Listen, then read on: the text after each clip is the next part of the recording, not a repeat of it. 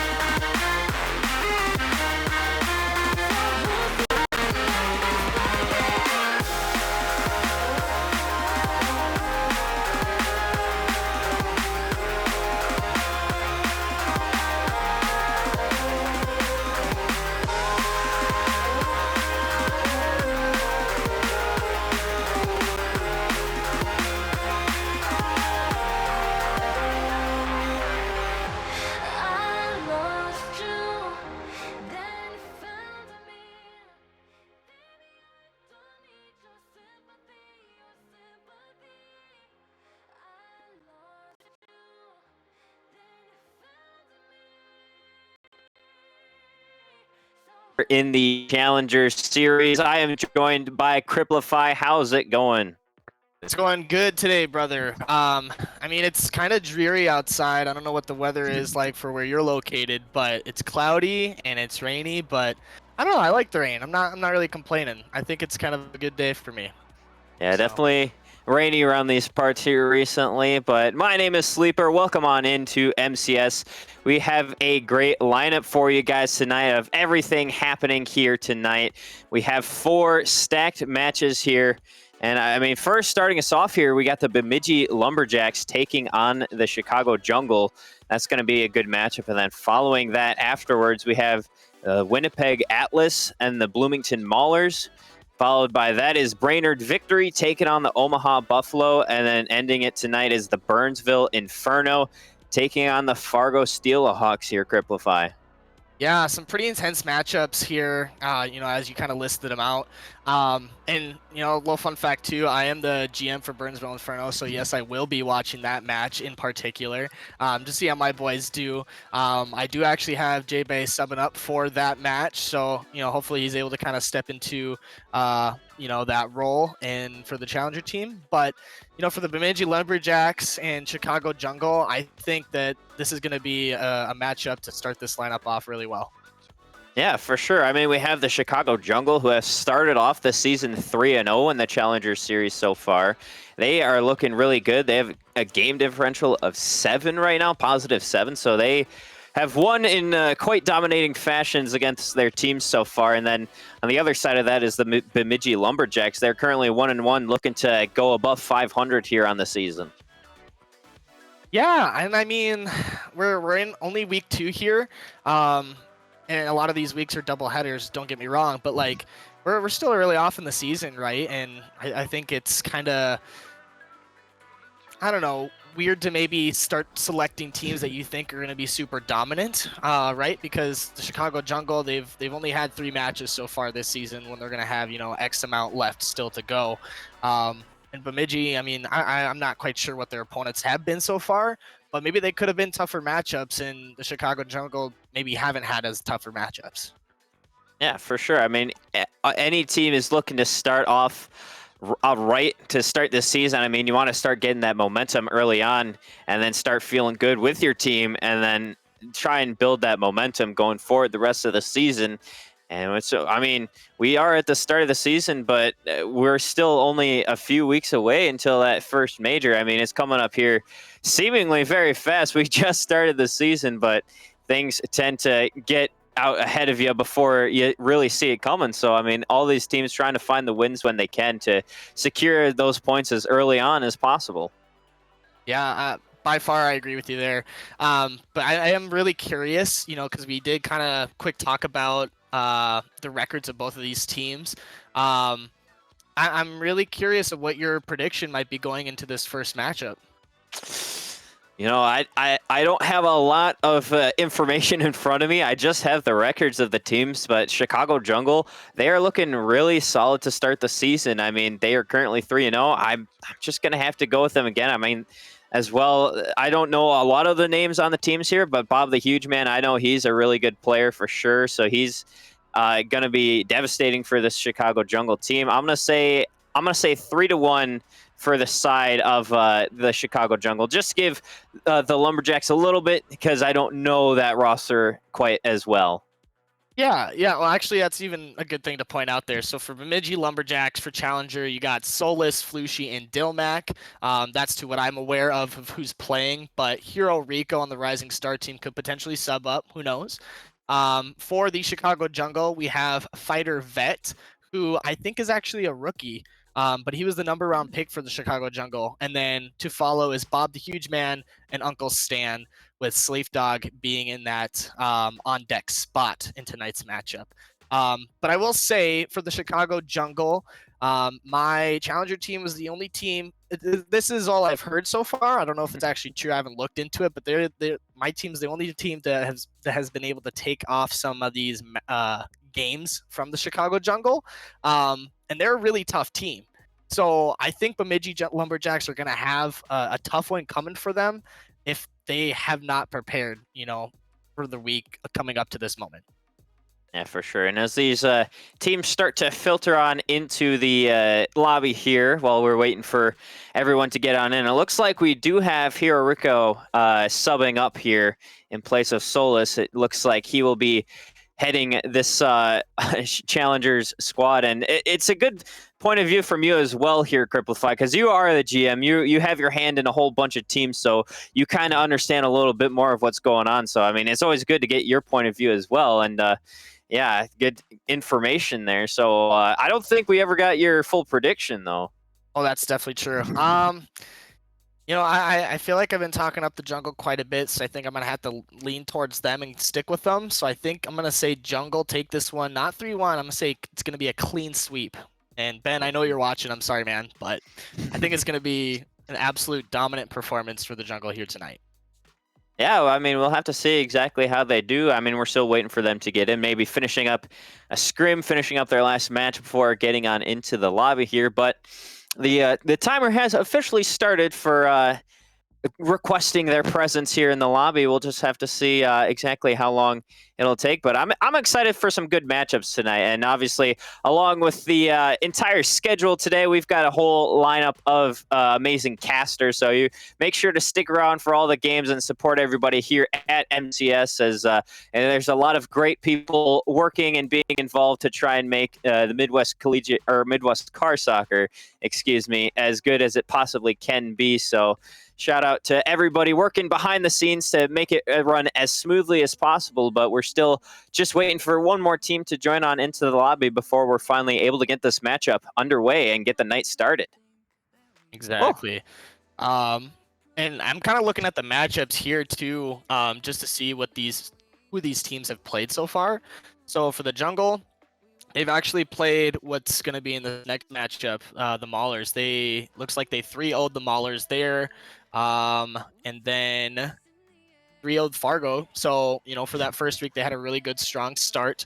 But for the Bemidji Lumberjacks, they kind of had the, I wouldn't say quite opposite, like complete opposite, but a little bit. So they actually did get swept by Fargo. So to see Jungle sweep Fargo and then Fargo sweep Bemidji, I don't know, it tells us a little bit of something of what might happen tonight, right? But Bemidji, they did beat Omaha, who is a challenger team. Well, of course they have a challenger team, but one player in particular, Rob. Everyone knows Rob. He's very well known in this server, and amongst others. CSA got to shout out his own league that he runs there. But I know Rob enough to know that he's going to pick players that are going to be solid for him and his challenger team. So to see Bemidji, beat Omaha in a game 5, week 1, I don't know. I think that also tells something. So it's really hard to know or gauge how good Bemidji is. At least for me, it is. Yeah, it all depends on how the players are playing on the day after all. I mean, one team could look very dominant to start the week, but then they may have an off day that next week and end up faltering to what you could kind of say a lesser team, but there really is no lesser teams here. It's all very competitive, but I think we've done enough yapping. It's time to get these players onto the field. We've got everybody in the lobby, and it's time to finally get this night of Challenger Series action underway here. Perfect. I will go ahead and tell these guys to join the lobby here.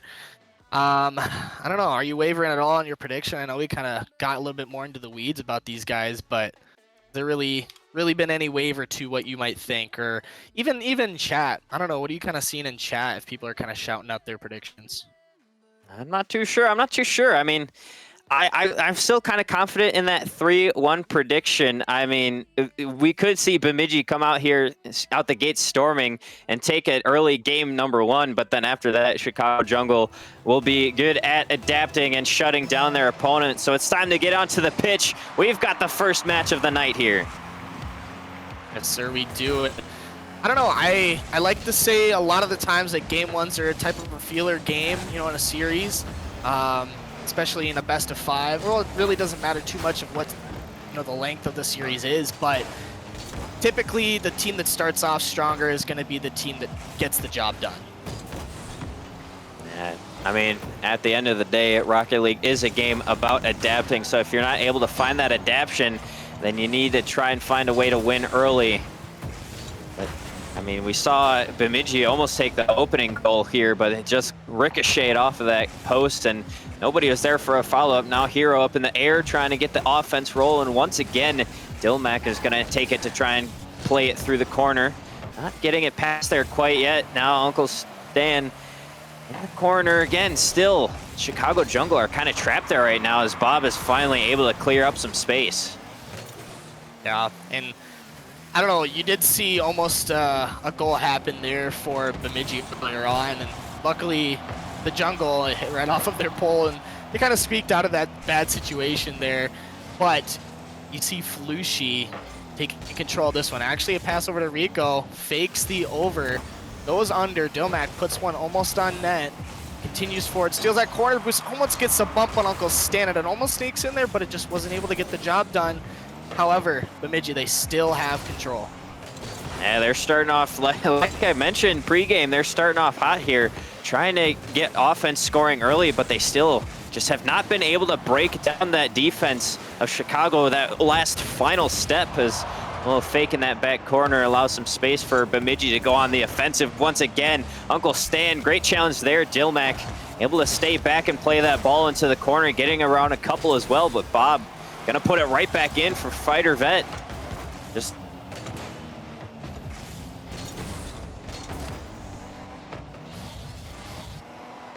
Flushy, now a good challenge from him as well. It's gonna go across the net and he puts it in, and Flushy will get the scoring started here. This game one, it seems like Flushy's just taking complete control of the entire lobby. Like, he, for Bemidji, is one person that I'm looking at that is gonna, make or break the Lumberjacks' success tonight in this matchup.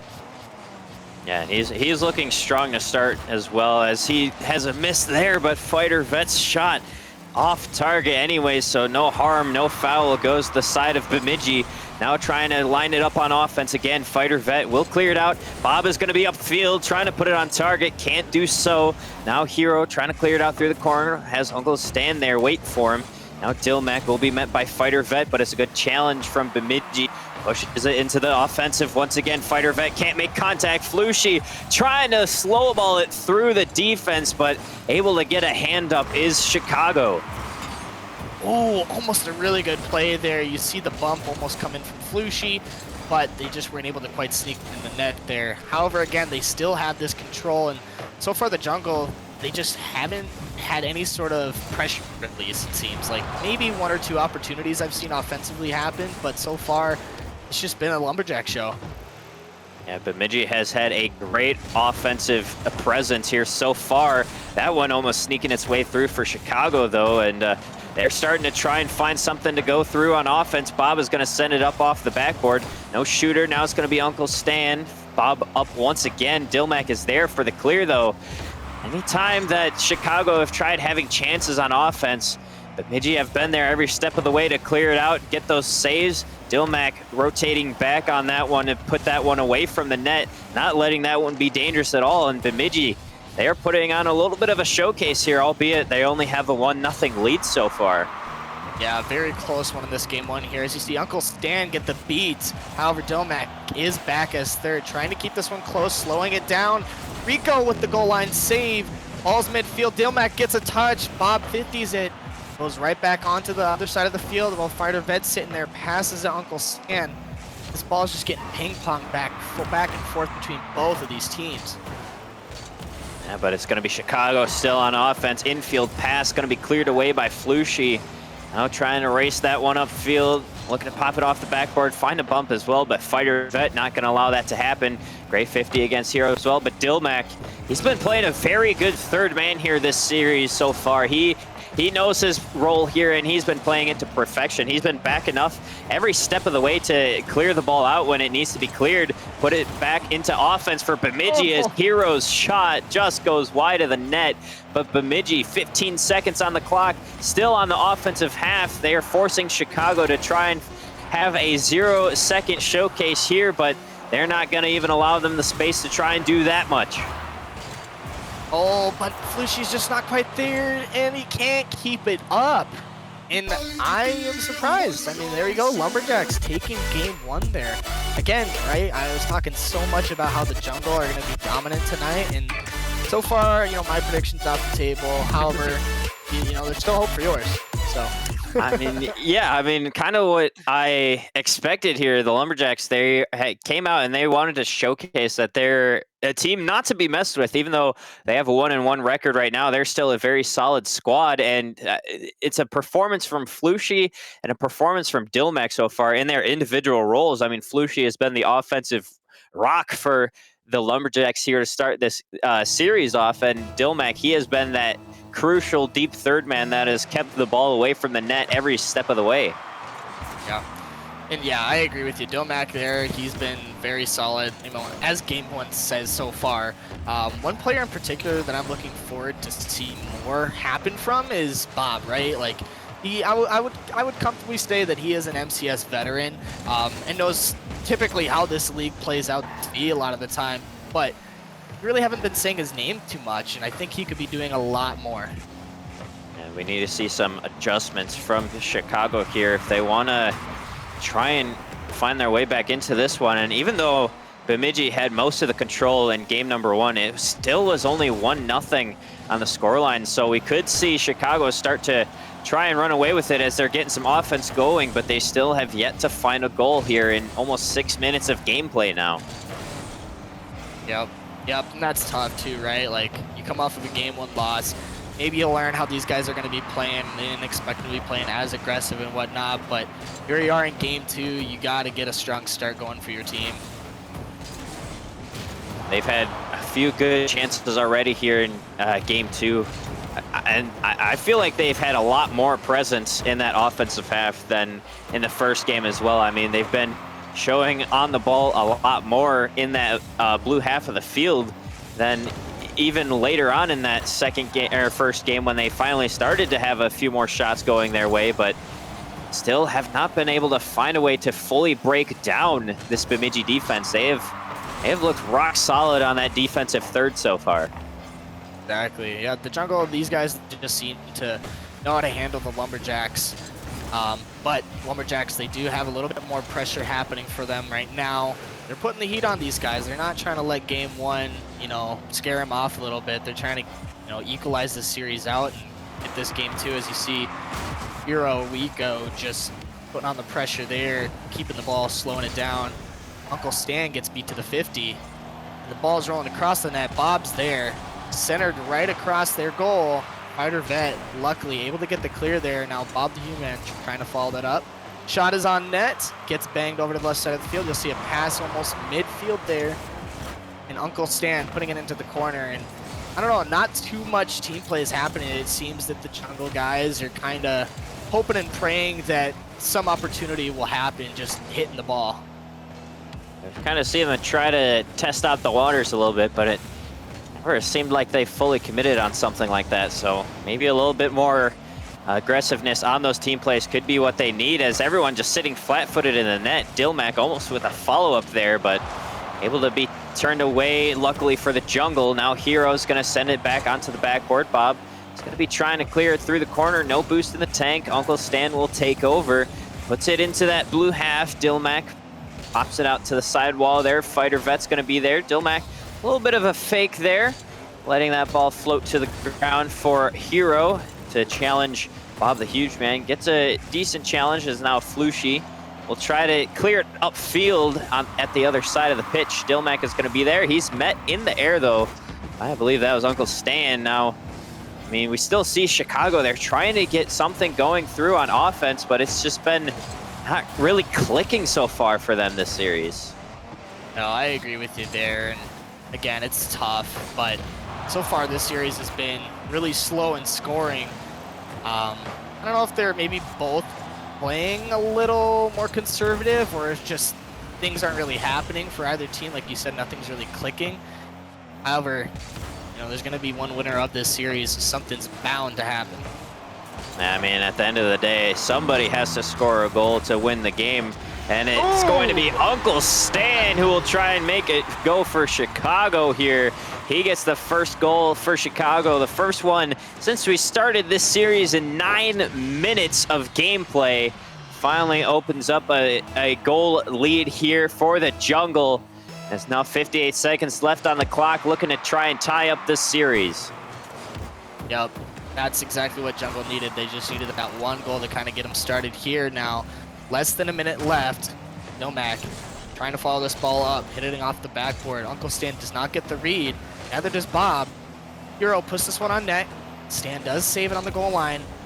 These guys, they are low boost. Maybe a little miscommunication there, almost causing oopsies, but they did squeak out of it now as Domac pinches this one in. Rico's there. Bob saves it. And today, they live another day. Yeah, but Bemidji, they're still prowling on the attack. Shot by Hero is going to go high. Follow-up now from Dilmac is off target, trying to set up Bemidji one more time, but it's going to be able to be turned away by the goal line defense of Chicago Jungle. Now trying to clear it upfield, allow that time to tick down. We may have another 1-0 game here as Hero gets a great save there, as Dilmac trying to push it upfield, but it will hit the ground. 1-0 is the final scoreline once again, but this time in favor of the Chicago Jungle as they tie up the series. Yeah, in this, I don't know, both of these games, they seem, oddly enough, both offensive and defensive. You see the shots there, but you also see the saves from both of these sides. So both of these teams, they're playing consistent when you're looking at these numbers, right? But I don't know, just some of these opportunities are, off the mistakes of the other, and they're able to capitalize.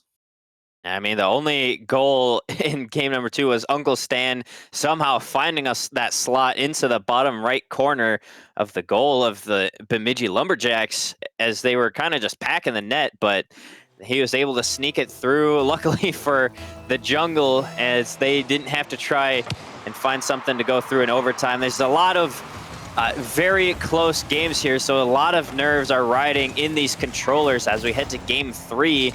We'll have to see which team is able to shake off those nerves and really take control of the series, or at least push themselves to match point. Exactly here.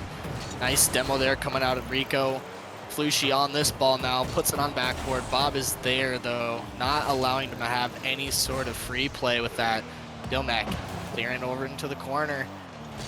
And again here, this is going to be an important game because whichever team wins this one, Sleeper, they go on match point. And, it's a lot harder to win 2 in a row than to win one more game, right, to close it out.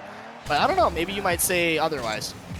I mean, especially with the nerve-wracking games we've had, both have been 1-0 contests, as in that last one, it took 4 minutes for either team to score also, so it's a lot of very tightly contested ball as, again, neither team have really been able to break out quite yet, playing very conservatively here in the series. They don't want to be the one to make that mistake and end up being the reason that their team gets scored on, as Blushi is going to try and carry it into the offensive half, maybe look to get Bemidji scoring early here, as that's a great save there from Bob to keep that one away. Now trying to find the transition here. Uncle Stan going to send it off the backboard.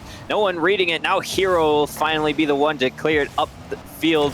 But it's once again Chicago knocking at the door, but unfortunately it was the wrong one as it bounced off of the backboard there. And now it's a counterattack here for Bemidji. Yeah, almost a really good opportunity there. Nice pass from Bob and almost a good shot there from Uncle Stan. Just wasn't able to quite finish. And I don't know, you're starting to see the Jungle try and play a little bit more physical, maybe get some demos. I know Bob loves playing physical, so, making it a little bit more fair on the playground, so to speak. But here you see Flushy taking it up. Fighter Vet actually up for this one. Midfield was on net, but Rico does put this one over to the corner. Seeing which team can get the better half of an opportunity. Fighter Vet slowing this one down, trying to give time for his teammates. It's right above the crossbar, not able to sneak in. And there we go, Fighter Vet with control of this one. Stand in the air, able to get around one. That was a good defensive stand there from Bemidji Chicago, and mainly that man Fighter Vet. He had a couple crucial last-second touches on the ball that kept Bemidji from opening up the scoring here in this crucial game 3. So now Uncle Stan trying to clear it upfield, but no boost in the tank. Allows Bemidji to continue trying to find that offensive lane. Flushy trying to send it through, but it will be saved away for the time being. Fighter Vet, another touch out to the corner, keeping it out of the hands of a follow-up Bemidji attacker. But now Hero, he has control. The shot on target.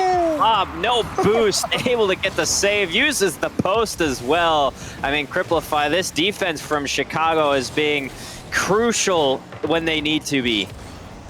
Yeah, I don't know, man. It's so tough. These guys, they're so close to capitalizing, scoring, making the benefit happen in their favor, but I don't know, just other team is getting lucky. Maybe, I don't know, or maybe there's inconsistency, but Uncle Stan, that one's off the pole as well. Bob is up for this one. Low boost, puts it below Rico and Dilmac. What a slot. A great shooting precision there from Bob. Had two defenders jumping at him. He slots it underneath both of them. Uses the last of his boost as well to make sure he could get on top of that ball to send it underneath. And Chicago, with almost a minute again, they find it that go-ahead goal here. And now heading into this final remaining minute of the match, we'll have to see how Bemidji will be able to respond if they can. Oh, another opportunity almost coming from Bob, but you might see a quick counter. Oh, nice demo. Again, there's that physicality that Bob loves. Uncle Stan now getting a good touch and that boost. Bob almost clanging it off the backboard. That's open for Dilmac. He's able to read there, and right, you see Bob making an error. Dilmac making him pay for it. Yeah, just got underneath the ball too much, sends it up to the ceiling instead of clearing it upfield. And it just waterfalled right back down into the hands of Dilmac. He sent it through the defense, catching them off guard as well. And we finally have a game where both teams have scored, and Fighter Vet, he takes that second goal for Chicago. I mean, one of these teams needed to get a second one, and Fighter Vet was going to be the one to do it. Oh my goodness. Somebody in chat, you better clip that. That's going in the montage. You already know. But 40 seconds left. They're only down by 1 goal, so that is tons of time. However, the Jungle, they have so much momentum, especially after that shot that Fighter Vet just hit. Yeah, I also want to point out, it took so little time off of the kickoff in order for a goal to be scored. It seems like we've waited minutes at a time for goals to go through the net, but that one, only a few seconds, as Chicago are comfortably in the driver's seat in the last 15 seconds here. Exactly. Good take there from Dilmac, trying to get possession. Flushy on this one. Does get bumped. Really unfortunate. That's going to be a time waster now that Vet has tons of boost and it's on the backboard. Just slowing it down, trying to waste time. 50, it's on the sidewall. Now, can the Lumberjacks keep it up? Rico off the backboard. Uncle off the backboard. Dilmac keeping it up. I don't know what's happening. They're on top of each other. Ball's midfield. Flushy puts this one on net. It's too high. However, the ball's still up. Can Rico keep it up now? He has all the boost that he needs. Trying to make a solo play happen, but it doesn't. Jungle taking game 2. Just took it too wide of the net. I mean, the 0 second. Yeah, the game number 3 in the hands of Chicago. They've rattled off 2 wins in a row now. I mean, we finally see both teams score, but Chicago, they found the go-ahead right away again after Lumberjacks tied it up. I mean, it only took a couple seconds for Fighter Vet to get such a great goal as well. I mean, such a highlight-worthy goal here in Game 3, as Chicago Jungle are now the ones to be on match point. We'll have to see exactly if the Lumberjacks will be able to at least force Game 5, or if we will see the Jungle close it out here in game number 4. Only time will tell, Cripplify, as we have one more game, a fresh 5 minutes on the clock, 0-0, resetting the scoreline. We'll have to see who will come out on top. Yep, next 15 minutes, we might see a victor or we might see a game 5. I don't know. What are you in favor of? I like game 5s. I think they're exciting, especially when I'm not the one playing them. Everybody loves game 5s. I mean, you'd be hard pressed to find a man who does not like a game 5 when watching Rocket League, but realistically, I think it really could go either way because we've seen such tightly contested games here, all of them being 1 goal. I mean, we finally got one that had more than 1 goal being scored by a team, and that was because they kind of needed to in order to win the game. But I mean, both of these teams have a lot to play for here. Bemidji trying to force it to game 5, and then we have Chicago trying to close it out in this tightly contested bout. Wow, but it's what a going to be finish. Hero to open up the scoring for the Man. Lumberjacks. That is actually kind of big brain there from Dilmac to just completely whiff the ball. Uncle Stan thinking he's going to go for it, and it's just a wide open net. There you go. Yeah, it's hard when you're a player on the field there. You're playing for that 50 to try and at least have it be beneficial for your team, and then Dilmac just flipped out of the way completely. Sets you out of position as Bemidji again on offense. But they score right away here in game number 4, trying to at least force game 5, as now the Chicago Jungle are going to try and come knocking on the front steps here of Bemidji's half, but nothing will be able to come away for their offensive performance quite yet, as Flushy, a quick shot there from him, but it will be just wide of the net. There you go, great pass. Unfortunate double commit though, that might cost him there as Bob slows it up. He's not able to really be as aggressive as he wanted to be just because of that double commit error, but I don't know. Last game, I do want to kind of touch on it, you know, how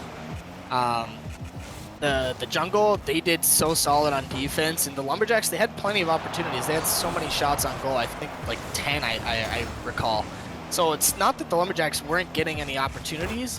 They just, 1, weren't able to finish, and 2, the Jungle, I think, have started to warm up, and they're playing a lot more solid. Yeah, you got to find a way to put in that last goal that secures it through the net. I mean, oftentimes that's the hardest shot to try and find because there's just so much happening at once. And like there, we have Uncle Stan, the huge man, waiting his turn though. Flushy ends up misplaying that, I believe. Yes, it was Flushy, unfortunately. And Bob just waited in his spot for the ball to come to him, and he was rewarded with a net, and he ties up this game here for the Jungle. Yeah, this is an interesting one so far, right? Because now we've got 2 goals in more time allowed than the last game we just watched. So this might be a higher scoring one. The nerves are definitely on point for both of these teams here, and Flushy not able to sneak it in. Wow, that was another really close opportunity that just wasn't able to quite be finished there, but Bob the Huge Man looking to be an aggressor. Uncle Stan almost putting that one on net. He wasn't able to get the corner boost, so Jungle here, they might actually be doing pretty solid on defense as long as they can make the touches that they need to and not panic, because right, that's the one thing a lot of teams do is they panic on defense. Yeah, I mean, you bring up a good point though, Cripplify. Both of these teams have been playing such nerve-wracking defense for the entire series, having it be 1-goal games or 1-goal difference games, whether it be. But now we may see an offensive showcase here in the game number 4, but it's like the defenses have started to lock back down again, not wanting to be the one to panic and force an overcommit to allow the other team to take lead of game number 4. There you go, beautiful bang there from Flushy. Can he get the read though?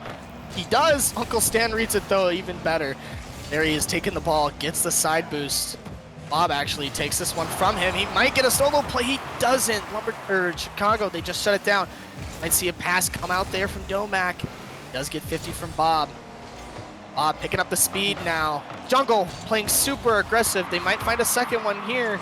They play their cards right, but they decide to back off and regroup now.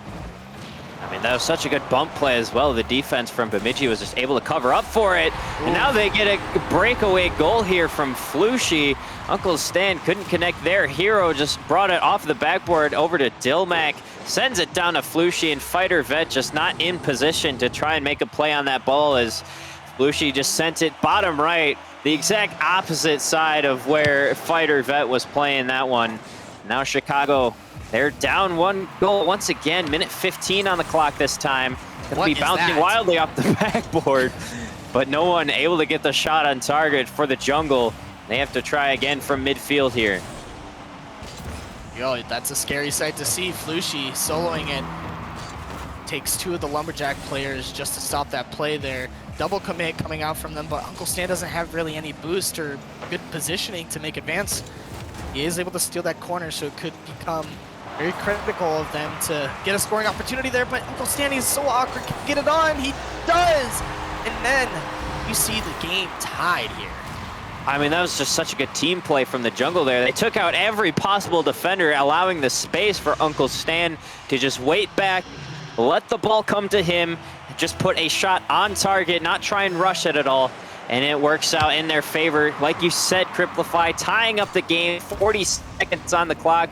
I mean, we could see overtime here. I don't want to count the chickens before they hatch here, but we could see overtime in game number 4 after what feels like a possible overtime series this entire stretch of games that we've had. Yep. And it's, I don't know, it's a little worrisome, right, for both teams. It's a tied game here, but it's, oh my, no! That's so unfortunate. Wow. Oh no. Yeah, you see Bob there, just tremendous speed on the ball. Rico, you know what happens to the best of us, but here you got 16 seconds. Lumberjacks, can they bring it to a game 5? Can they survive? I don't think so. Sorry, man, that's tough too. Kickoff goal, dang.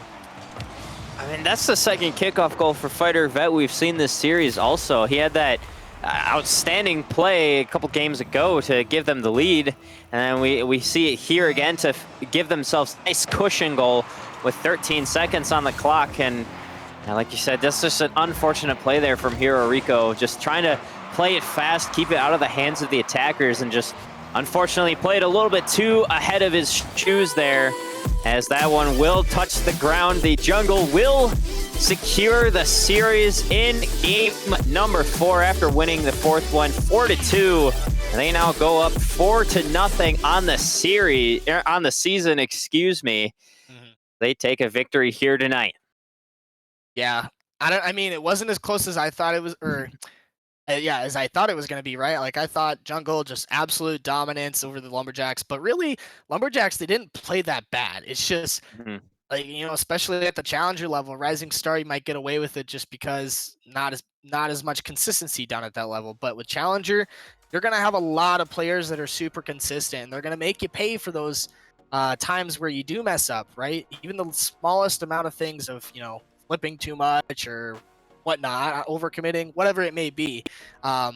Because even these first rounders, they could be potential premier players. So this is a very high skilled division. So Lumberjacks, I don't think that they played terrible. It was a very close series when you look at the games. But yes, jungle, they come out with the win tonight. Yeah, I mean, all of them being 1-goal games, except for just that last one, which ended up being 2 goals because of a kickoff goal. So it was a very tightly contested series the entire way through it. And unfortunately for the Lumberjacks, they just couldn't commit, or they couldn't capitalize on a lot of those chances that they had early enough before the series just got a little bit too out of their hands. They took the first game, but then the Chicago Jungle rattled off 3 straight wins in very, very close games to secure the rest of the series. And the Lumberjacks will fall to 1-2. The Chicago Jungle will move up to 4-0 on the series. And thank you for joining me here tonight, Cripplify, for this game. I believe this is the only one you're casting tonight, but any final words from you? Nope. I think that the Winnipeg Atlas, Bloomington Maulers, I think that's also going to be a really, really good matchup that, you know, I'm going to be watching as well as you as well. But yeah, I think that with that matchup coming up here, that one's going to be intense.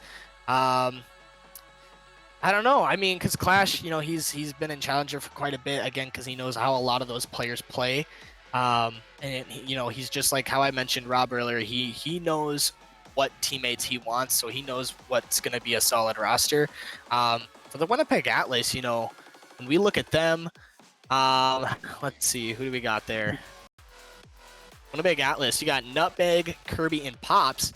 You know, Nutmeg, he's very solid. You know, he's also another MCS veteran. Kirby, he was actually in Rising Star last season, and they had a miraculous run in the Rising Star land. I don't know if you remember that, but my team actually was one to have fallen defeat to them in the quarterfinals. You know, it was tough, but they were a team back when he was teaming with Seppi and Dinger. They were a team that not a lot of people maybe thought were going to be solid. You know, they we're kind of a scraps and whatnot put together type of team, but they, made the Cinderella run, got second. They didn't, come out on top, unfortunately, but then, Kirby's still super solid to make on that roster, and then Pops, I know he's also going to be a really solid third. So Bloomington Maulers, they definitely got something coming for them when they go up against the Atlas here soon. Yeah, and that'll be the next match taking place here on MCS. Don't go anywhere. We've still got a great night of matches ahead of you. We've still got 3 more taking place. Upcoming is going to be the Winnipeg Atlas versus the Bloomington Maulers. We'll see you very shortly after the break. Thank you.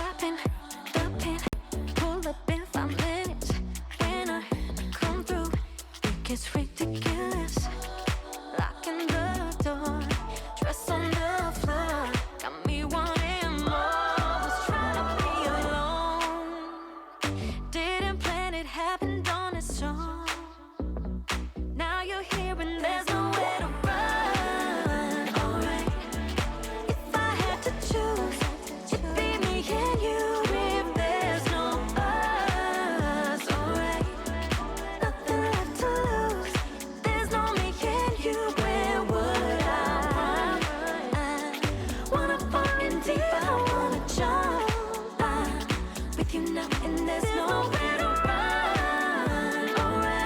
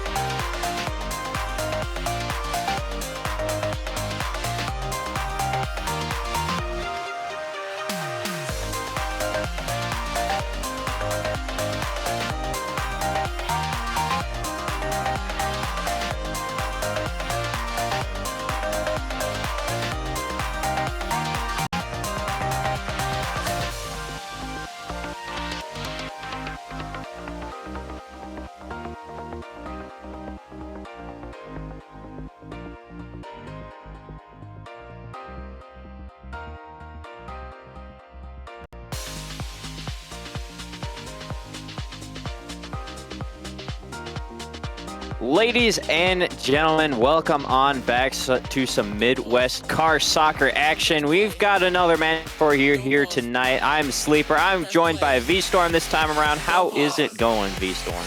Fantastic. First time with MCS, so I'll struggle knowing some of the players, but I'm a veteran with casting, so I'm excited to finally get back into some casting.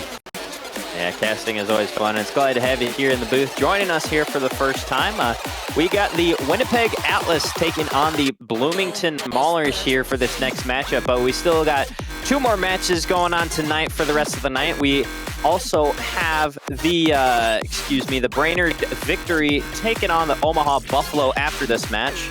And then we have the Burnsville Inferno taking on the Fargo Steelhawks to close out the night.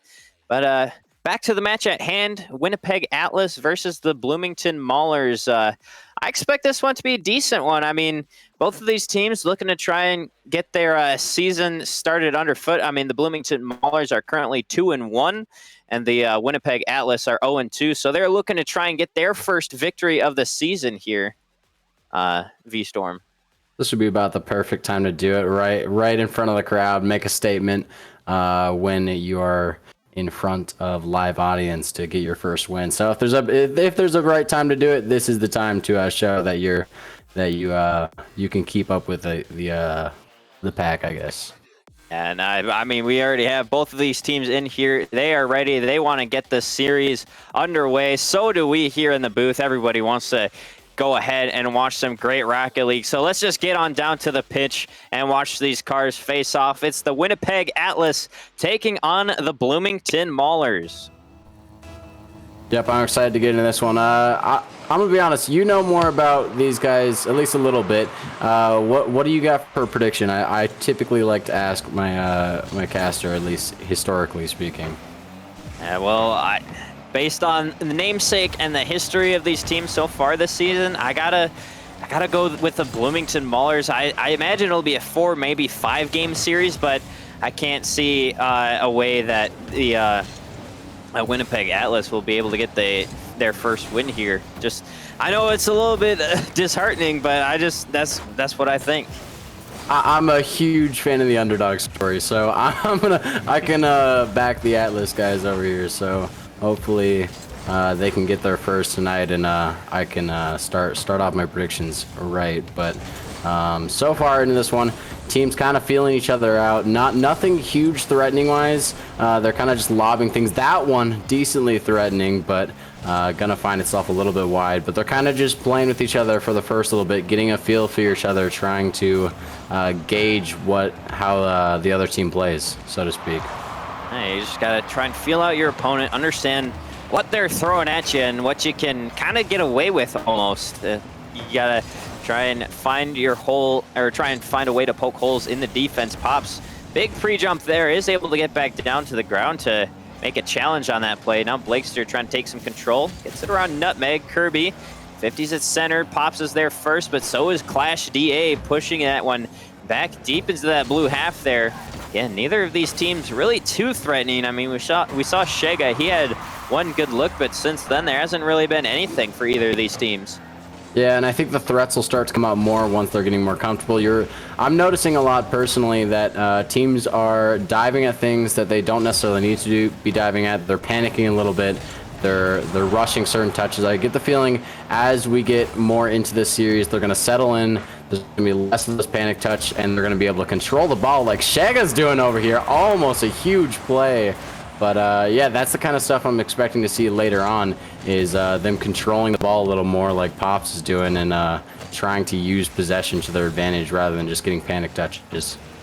Yeah, I've seen Shega around in a few other leagues. I know that he is a very great player, but that's a shot there from Kirby just off of the post, trying to make us talk about him a little bit there, but unfortunately just off target there. Still a 0-0 scoreline. Finally seeing a couple threatening plays from both of these teams, opening up some more aggressive plays as well. We saw that demo play from Atlas there on that one, but still no one able to find the back of the net quite yet as we break through halftime here in this game.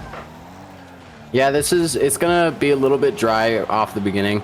I find that once the first goal gets struck, then usually the other team strikes back really quickly. I think we're gonna see the stalemate for a little bit, and then we're gonna start to see a little bit of a shoot off towards the end of this match. Hopefully, one of these teams can be that team to break the ice first, because so far they're still testing each other out a little bit. Yeah, now V-Storm, I know you aren't too familiar with any of these players or teams really, but I want to go ahead and try and get your prediction here for this series. I know we've seen a little bit of these teams now. What do you think is going to happen the rest of the way through? I mean, if we're talking about earlier, I said Atlas. I was going to go with the underdogs. I can't talk. Underdogs, Atlas. I think series by series, I think we're going to see this one go to Clash's squad first, just because they seem to have a lot of the aggression. We're seeing so much more blue half. I think Atlas is going to respond in the next game, and we're going to have a little bit of a back and forth.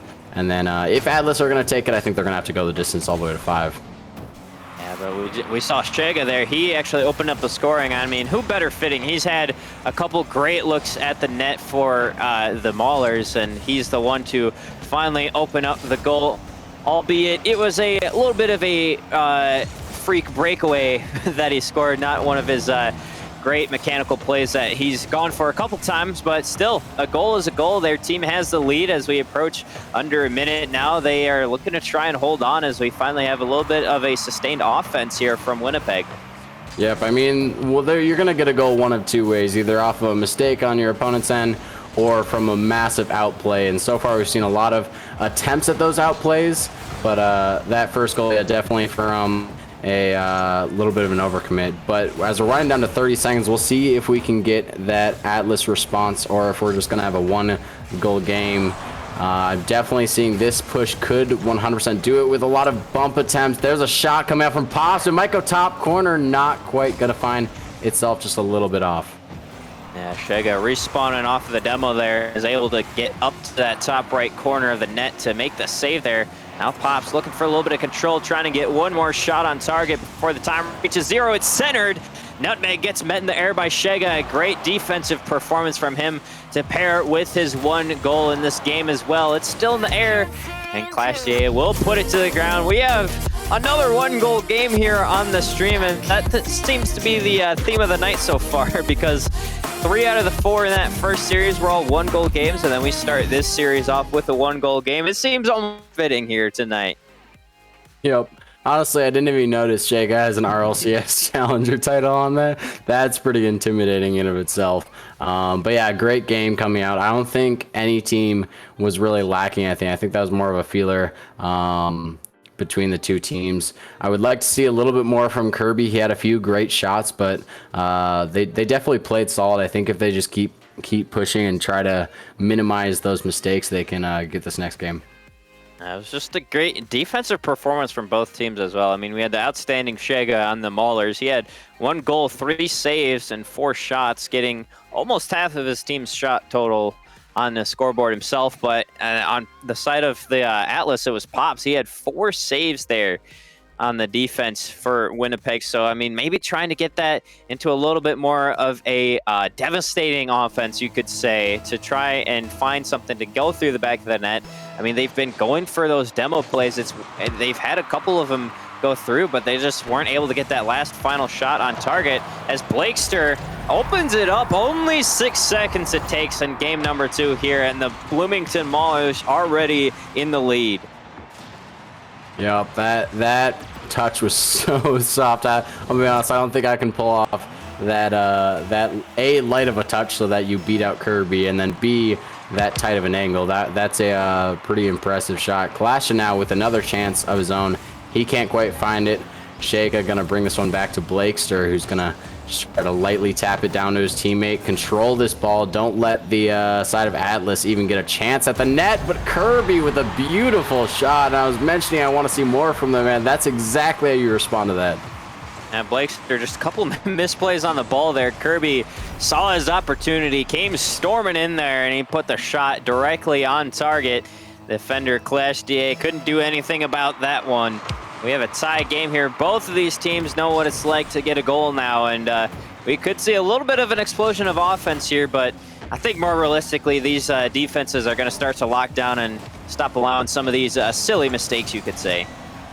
Almost one right there as they're going for it still. Pops, can he clear it? He can't quite. That is such an awkward position when the ball's just being slammed just off target, so none of your saves are going to catch it. And then eventually, when you're all awkward, the final touch just to drop it in, and they're going to see a 2-1 lead. Never mind. I think the goal scoring is going to actually continue here. Never mind my commentary about that. I'd like to change my answer.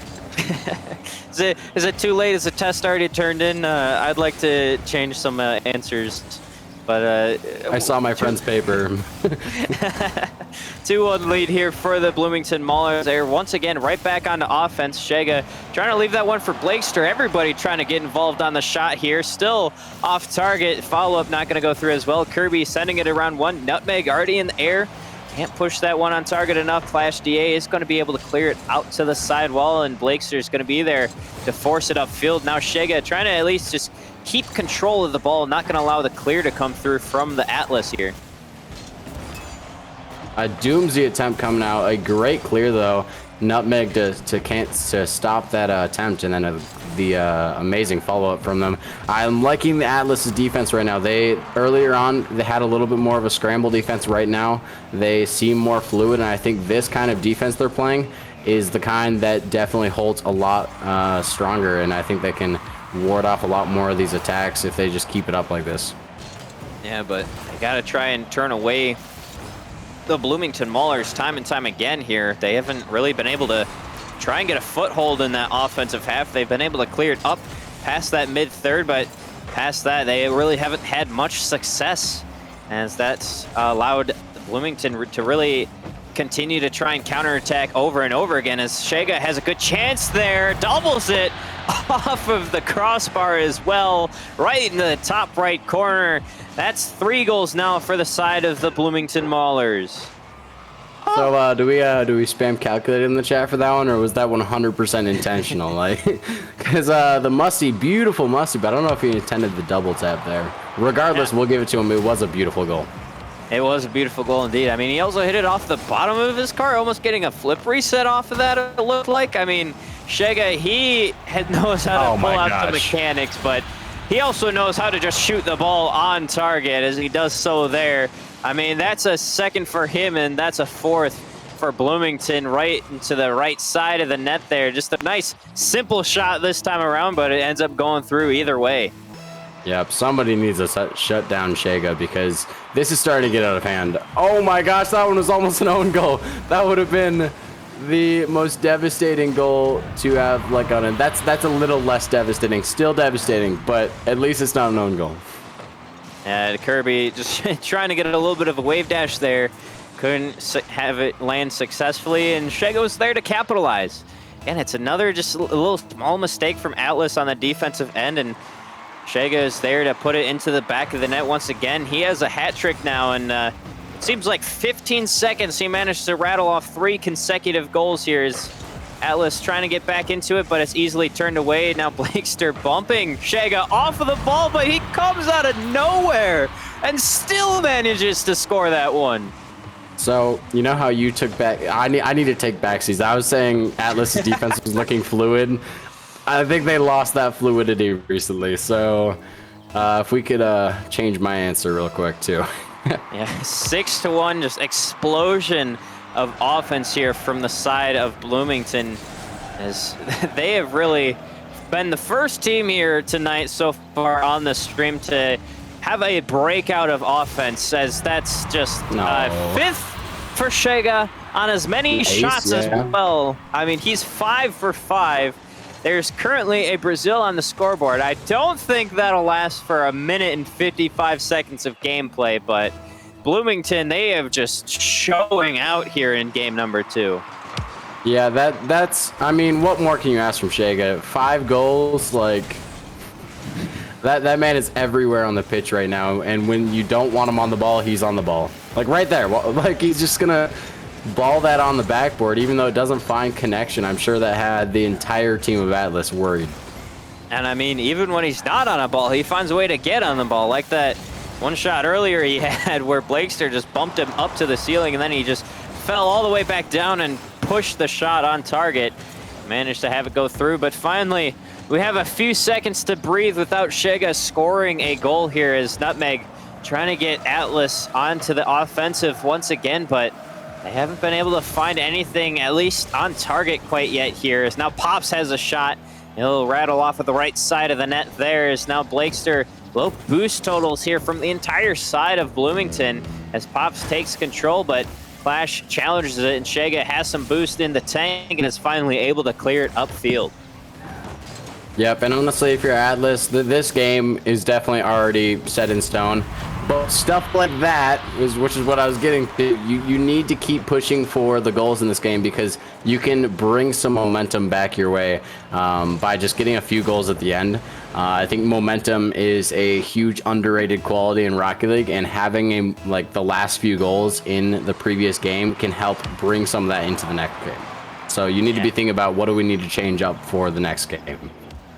You don't want to try and let your foot off the gas a little bit too much to allow the other team to feel like they really have a chance. I mean, because there's 30 seconds on the clock. I don't see any way for them to come back here in this game, but they are starting to play it a little closer and get a little bit of momentum. Even got that one goal, V-Storm. And It could try and find a way to rattle off a win with a fresh 0-0 scoreline, but Blakester, he's showing that even though the Maulers haven't scored in a while, they still can really score whenever they feel like it. As there's an eighth into the back of the net with 17 seconds left. They had the stream on. They heard us saying there's some momentum back for Atlas, and they're like, no, this is our momentum. Don't get it twisted. No, we're still in control. We're still in control. Don't be mistaken here. Yep, they're just making sure keeping nope, I lost the train of thought. It's gone. Well, it's all good either way. 0 seconds on the clock finally after Shega's breakout performance. He got the only goal in that first game, and he went 5 for 5, unless he had a couple other shots here towards the end. Nope, still 5 for 5 indeed, as he gets that last goal or he didn't get the last goal for the Maulers, I should say, but that ball hits the ground. He breaks out for 5 goals. Clash DA as well had 5 assists, 3 goals from the side of Blakester. And these teams, I mean, Atlas has to try and find a way to get back into that. There's a fresh scoreboard going into this next one, and we'll have to see exactly how Winnipeg Atlas is able to respond after that just burst of offense in the in game number 2 there. I think they want a new lobby is what I'm figuring. Yeah, I saw mid-series they were calling from a little bit of a lobby reset, so we'll join that in just a minute here. But anyways, what do you think they need to change up going into this next game? Because honestly, you got to try something. You got to change something going into game 3. You don't want to get swept out. You at least want to get a game or 2. Hopefully push for a game 5, but take it one game at a time. Obviously, what are you changing up if you are Atlas right now? I mean, it's kind of a Herculean task, you could say, but at the end of the day, you got to try and find a way to shut down Shega. I mean, he wasn't really showing in that first couple minutes there, but I mean, after that, he just completely stormed out the gates. He had 5 goals very fast there, and you got to try and find a way to shut him down. And along with that, they just didn't have an offensive presence, I feel like. It seemed like we were in that blue half for a majority of the time, and when it wasn't there, it was in possession of the defenders of Bloomington Maulers. They just always had ball control in their own half, and they always found a way to push it back into that offensive half here for the Bloomington attackers to try and send one through. So we'll have to see exactly what ends up happening here in game number 3. But currently, Bloomington are leading firmly 2-0 in the series. Yeah, and honestly, I think part of that what should we call it? The offensive lacking in offensive pressure. There we go. That's what words we're looking for. Stems from the midfield. I noticed when they're trying to push out of their own half, they struggle to have someone ready to push the midfield. And when you're not pushing the midfield, then often you're either not going to see the offensive side or you're not going to be able to hold the offensive side. I feel like that pressure comes from the midfield, and midfield play, in my opinion, is severely underrated, and having someone being willing to push towards the midfield, even if they're not going to get solid contact on the ball, but at least get a 50 and allow their teammate to collect the ball. I think you need to at least be pushing in that midfield. There seemed like you just didn't have any Atlas players in that midfield. They're either defensive or offensive. Mm-hmm. They gotta find a way to get back, have a little bit more of a presence in the on the field. I mean, they're kind of in their own half, but they were stuck there a lot. And like you were saying, V-Storm, it's just trying to get that midfield locked and secured to able to support the offense is a very important aspect of trying to find something to go. Because you could have one just random breakaway goal, sure, but at the end of the day, with the way that Bloomington has been playing, you can't count on those goals to end up netting you a win in the series. I mean, you got to find a way to force those goals yourself and try to force the hand of the defense to make the mistakes so that you can push them through consistently. And that's really what we saw Bloomington do a lot in the last game, and that's kind of what Winnipeg needs to try and shut down, but then also do a little bit of themselves to try and get more goals through, but really at least lock down the offense of Bloomington and specifically Shega, because again, he just wasn't very present in the first couple minutes, and then all of a sudden he had 5 goals on the scoreboard before you knew it. It was just a little insane. I think if I'm Atlas, if I see that Shega has the ball, I'm just throwing my first man at him. Like, just get the ball off him, even if you don't make contact on the ball, but then you blast Shega off the ball, then it's still gonna be beneficial, because like it seems like he's uncontested when he's on the ball. Besides his own teammate, you can't forget Blakester challenging him. It seems like there's no one's throwing himself at it, and it's giving him free time, space. And if you're a player that has at least decent mechs, like Shega has amazing mechs, and you have time, boost, space, like the limit is your creativity on what you want to do. And we've seen that he has a ton of creativity with how he wants to bring that ball into the net. So I think if I'm Atlas, I'm also just going to be focusing on when he's going to be on the ball and just make sure he's not like letting the, I guess, challenge go uncontested. One more lobby restart, sweet.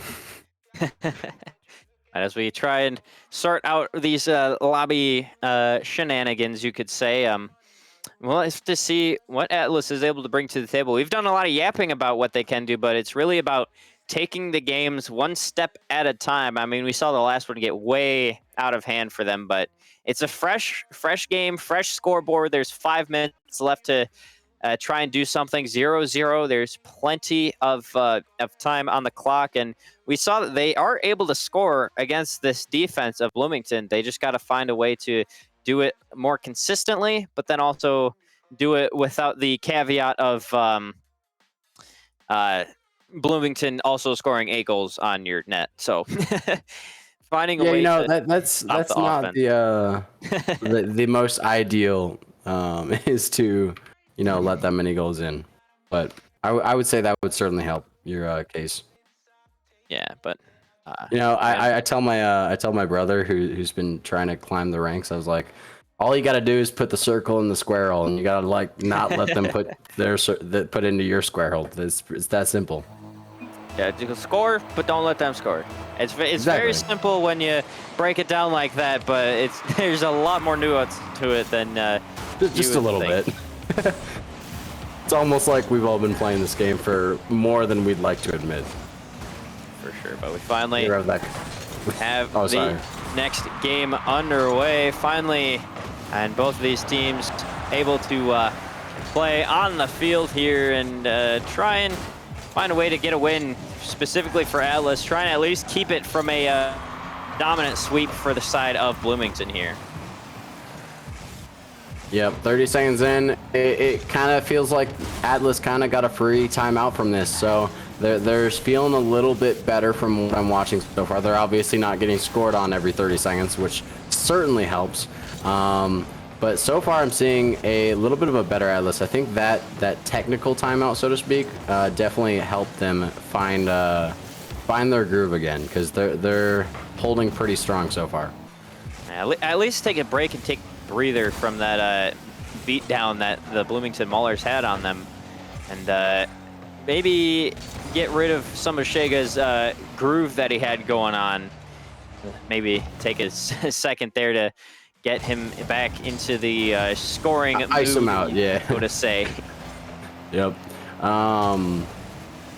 Yeah, I think timeouts in general super underrated in not only getting to talk to your teammates, but also getting to shift the momentum and just pause your opponent's momentum, which is why, what a goal. I need to stop that train of thought. Blakester, that was a huge touch. Perfect placement to the top left corner. Beautiful skim, because basically everywhere else on the net Kirby had covered. If you looked at the way he jumped, he had that entire right side covered. He had the ground covered. It was only that top left corner. Yeah, Blakester trying to... he said we've been yapping for too long. Let's get focused back on the match at hand, and Clash DA getting a second. I mean, that little timeout break technical timeout, as you called it, V-Storm, didn't really work out in Winnipeg's favor. At least it hasn't really gone their way so far. 2 goals for the side of the Maulers now, as Blakester set up Clash DA beautifully there. Is now 3 minutes 13 in the game. It's 2-0, and Maulers are looking to try and close out the series here.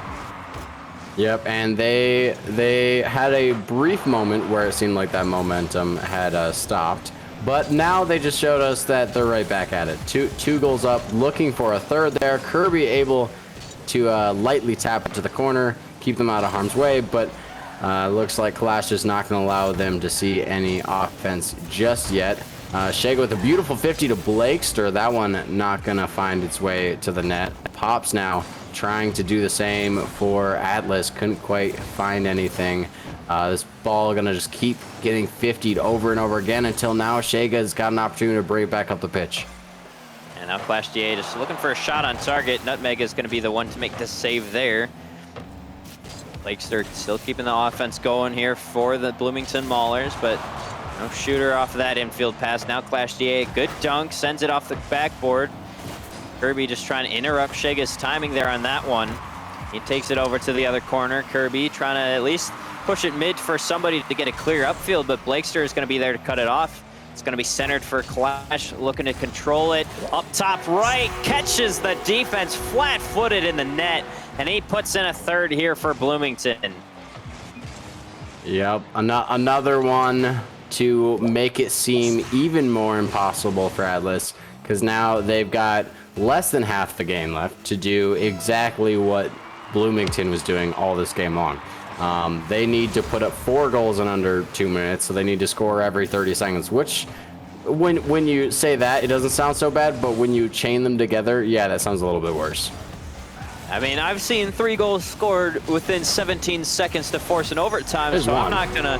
I'm not gonna say it's completely out of reach, but as Kirby is able to get one here for the side of Atlas, but with the way that Bloomington has been playing, they aren't really affording Atlas much to work with here. Is that one a little bit more of a good challenge from Pops? Just Kirby popped it center, or had it popped center, is able to come away from a great gift by the defense of the Bloomington Maulers there. Yep, and they are on pace to catch that overtime. So, I mean, if they just do that twice more, then they can bring it back. Shega trying to prove that they can't, but can't quite find the touch to seal the deal. A great 50 coming out from Pops as Blakes are going to try to clear it. Kirby trying to interrupt any chance to go back onto offense for Bloomington. Nutmeg trying to push this one further, but Pops going to deny. Pops with a shot. Unfortunately gets messed up at the last moment, and he can't quite find the goal. Clash DA looking to clear this one out. Faking out Kirby, but Nutmeg is going to be there. Again, trying to find the offensive pressure here for Atlas. Challenge there in the corner. Kirby's going to come away with control, sending it over to Nutmeg.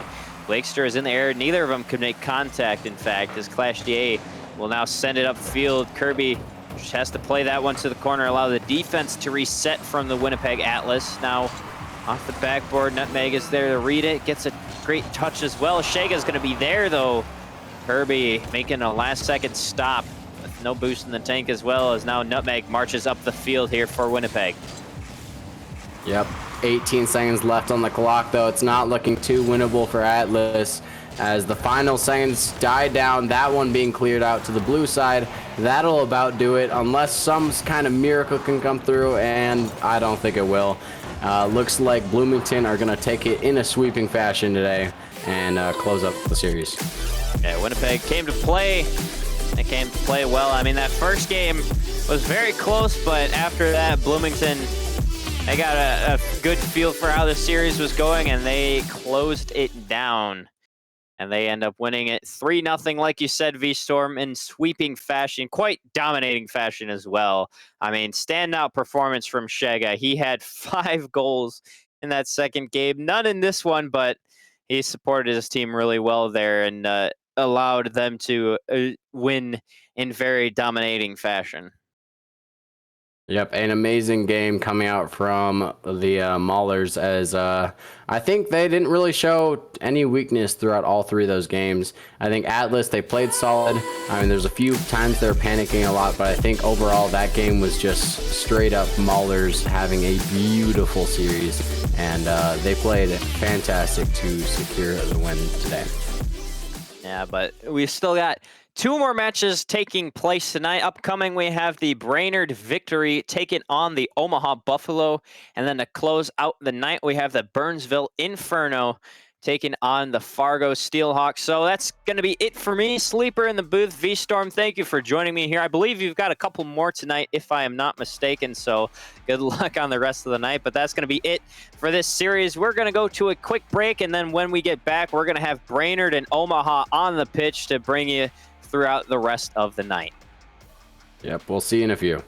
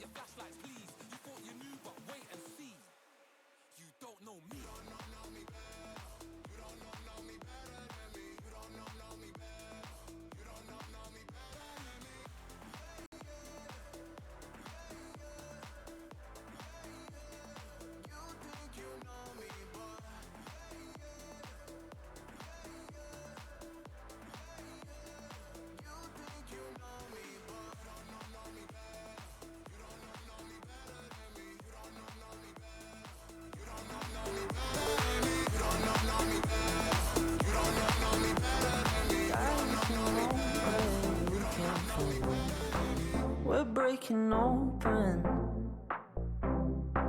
Feel like our future's just begun. And all I know is that we lost time. If we stay right here, we could free ourselves inside. We'll stay awake forever. We'll hide away where no one knows. Let's run away together. Just lead me into your world. We'll stay awake forever. We'll hide away where no one knows. Let's run away together on our own. Just lead me into your world.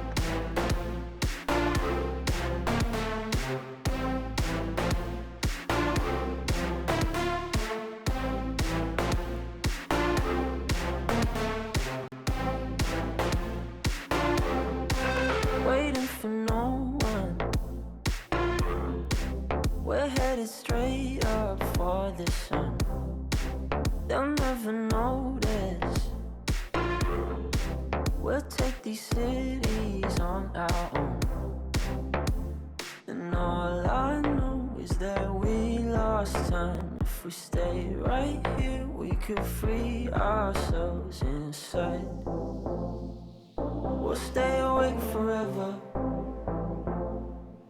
We'll hide away where no one knows. Let's run away together. Just lead me into your world. We'll stay awake forever. We'll hide away where no one knows. Let's run away together on our own. Just lead me into your world.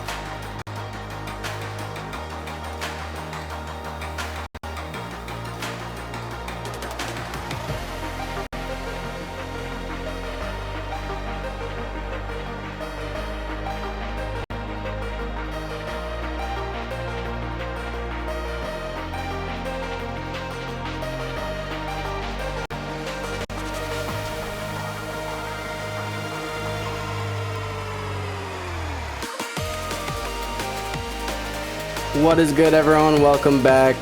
To this time, we're joined by the one, the only Power. Hello, what is up, guys? This is my first MCS cast. I'm super excited to get started. Today, we're going to be having Brainerd Victory versus the Omaha Buffalo. I am super familiar with a lot of the players on both of these squads, competed with and alongside some of them, competed against others for many seasons now. Really excited to get this underway. What are your thoughts on the teams? What do you think is going to happen in this series? Do you have any predictions coming in? You know, so I'm like you. I'm pretty new to MCS casting. I did a ton with like D-Serial in the past, but you have the advantage here slightly, even though I have one match previous to this, because you actually are in Challengers, so you're going to know these players a lot better than I am. So honestly, my guess would just be stat based. Like I would completely just take records and just say, yep, nope, I'm picking the team with the better records. So your predictions would probably be a lot more concrete, I guess, to speak. Yeah, currently they're at 5th and 8th, although standings are a little bit, shaky, not quite fully in yet, just because we're still waiting on series to be reported, still waiting on them to be played tonight. So those are, pretty rough estimates of where these teams are at. Omaha has one more series win as of now, but they've also played one more series. So this one, we'll be looking to see who's really in that 5th spot and who's really in that more 8th range. So interesting. Yep. For the standings. I mean, and honestly, the difference between those two spots is wait, what was that? Oh, my bad. The difference between those two spots is literally one game difference. So it could literally come down to they had one game they lost in game 5, and so now one of them is in 5th and now one of them is in 8th. Later in the season, I get the feeling, the difference between 5th and 8th will be a little bit greater. But at the moment, I don't read too much into a one game difference between two teams. Also, they could have played harder teams. We don't know the difficulty of the teams they're playing either. So. Yeah, both fair points. I'm looking forward to seeing this one because I've teamed with Stratus and Maul before, and now they're playing with Pillow. I know Maul Pillow really like to play well together. They've been long-term duo playing, I don't know. I've seen them, I swear, for years together, so that'll be exciting. And then, of course, Stratus and Maul having chemistry from playing with me for a year previous. So I think that team is kind of the more favored team on paper just because they've been around, they've played a bunch together, and I see them taking it. Although I know Rob loves to play spoiler, Rob loves to show up and show out when it matters. So I'm curious to see how he will do with his team that he has drafted. He was able to choose his teammates from round 1, and I know that worked out pretty well for him last season, getting second at LAN. Pretty impressive result out of them. Yep. Who I'm predicting is literally just going to be Buffaloes, which you definitely, like you said, those players a lot better, both on, especially on Brainerd's side. But mine is just based off of watching and the stats, I guess, so to speak. So, if I was you watching this stream, I would definitely say that I would go with Power's. If you were betting on this match, I would go with Power's guess over mine. So, yeah, I think we're still waiting on the players. To be fair, the last series did go really quick. And the next series is Burnsville Inferno versus Fargo Steelhawks. This one is obviously Brainerd. Victory versus Omaha. We did just see Atlas take on the Maulers. That one was a 3-0. I wasn't watching the stream for the first one, so I don't know who won Jungle versus Lumberjacks. Maybe you're watching, but I was only tuning in since the Atlas match. Yeah. As far as the players to look out for, I feel like it's got to be said, Stratus, at the end of the day, he's the mechanical man on this Brainerd squad. He's the person you're going to be looking to make those goals happen, those highlight plays, those scoring opportunities. And then honestly, on Rob's team, I would say it wouldn't be the first round of Rob. I think it's really all eyes are on Swish here. I think if he pops off, he's really mechanical. He is really well known for being that like pop off potential player. So I think it's going to be an aerial battle between Swish and Stratus in the sky. So you can take that 100 boost and do the most with it.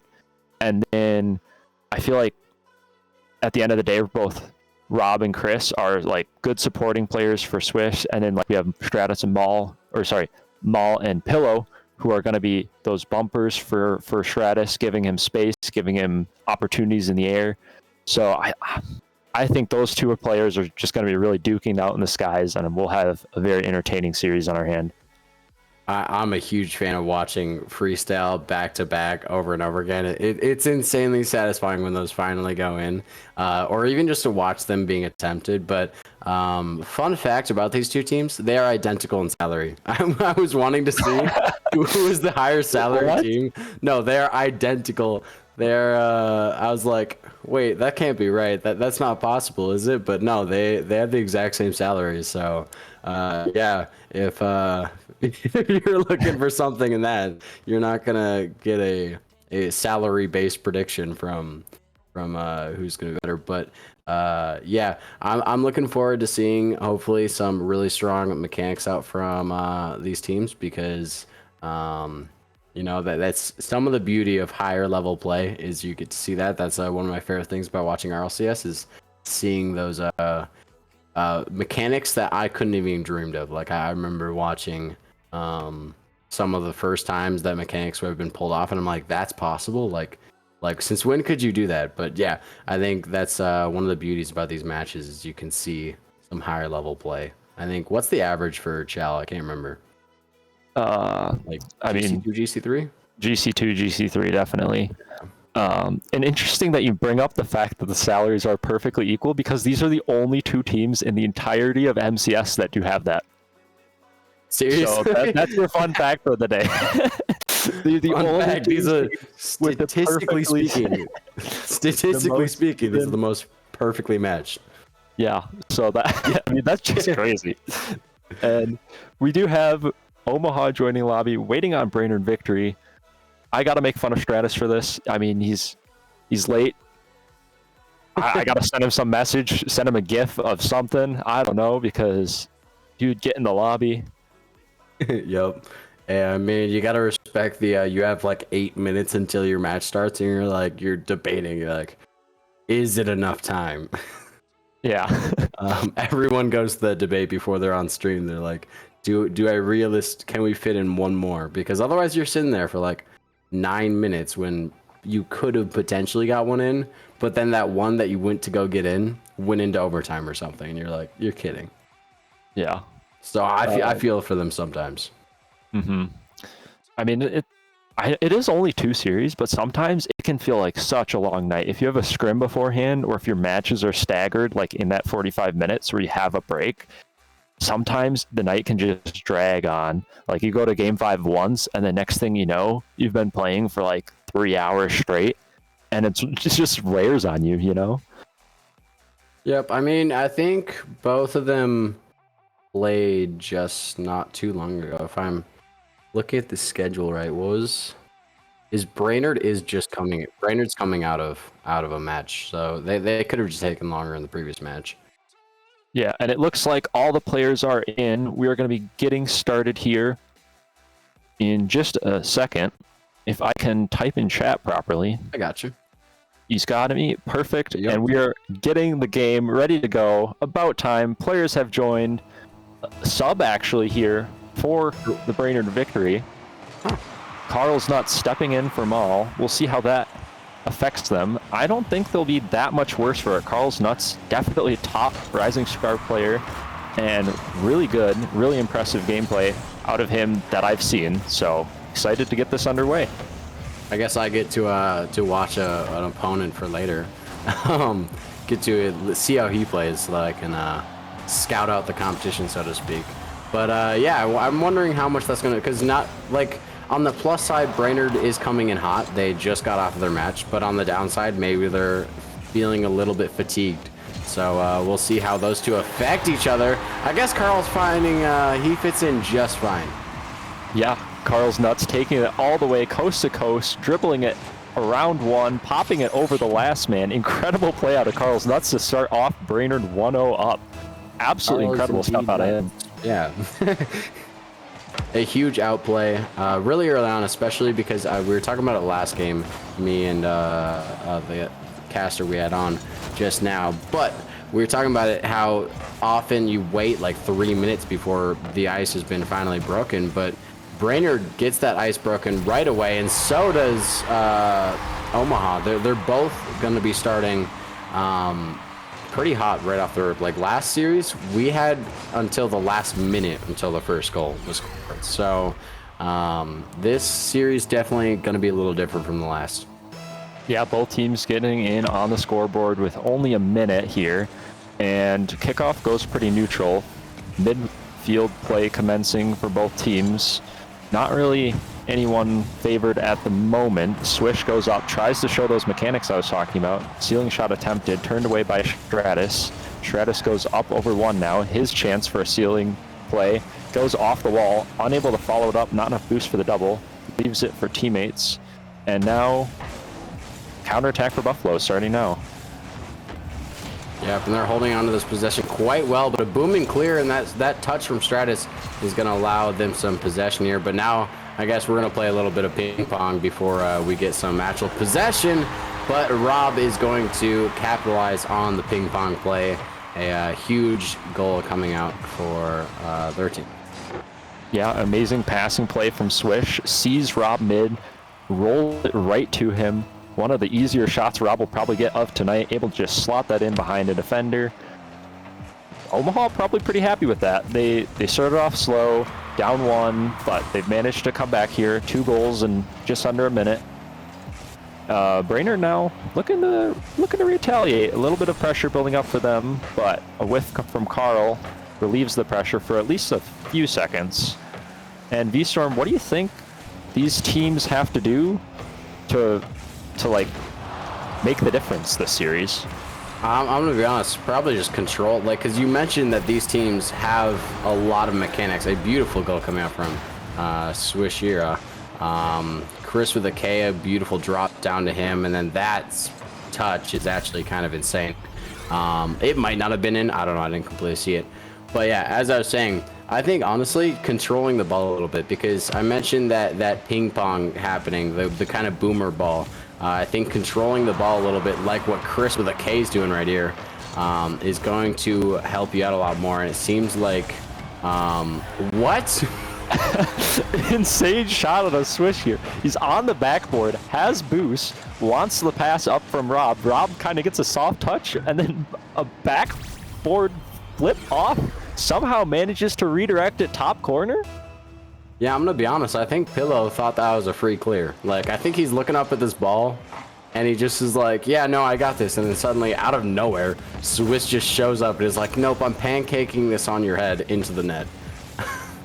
Yeah, that's insane.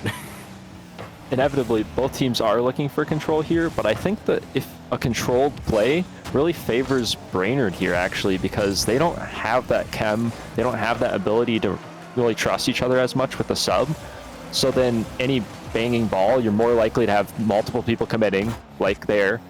I love it when people do exactly as I like. Yeah. Foretell. I'm like, I feel like I'm pulling the strings up here. But yep. I think it honestly feels like you just predict things as a caster. Yeah, but I think the control play does inevitably favor Brainerd, and the more bang balls that Omaha does here, the better for them. Yep, because yeah, like you said, when you're with the new comp, you can be as perfect as you can with calming and as perfect as you can with position, but you're still going to double commit just because you're not used to where your teammates are going to be. Like, there's certain paths that players instinctively take, and sometimes those paths are going to collide with each other, and sometimes you learn those paths and you learn where your teammates are going to be. Yeah, Swish here takes it up off the ceiling, tries for a backflip flip reset, but unable to get it. Omaha's been starting to pressure a bit more, testing the Brainerd defense. Brainerd just hasn't really gotten much threatening since the beginning of the game. Double taps being attempted for both teams. Both players missing on the backboard, and Chris with a K is there to get a low 50 right into the net. Yep, a beautiful shot coming out. The double, I think there's a double attempt in there that didn't quite connect, and it actually worked out in their favor because they weren't quite ready for the complete miss, and so they couldn't actually get the 50 that they were hoping for, and they ended up giving a free backboard touch and then just scoring that one.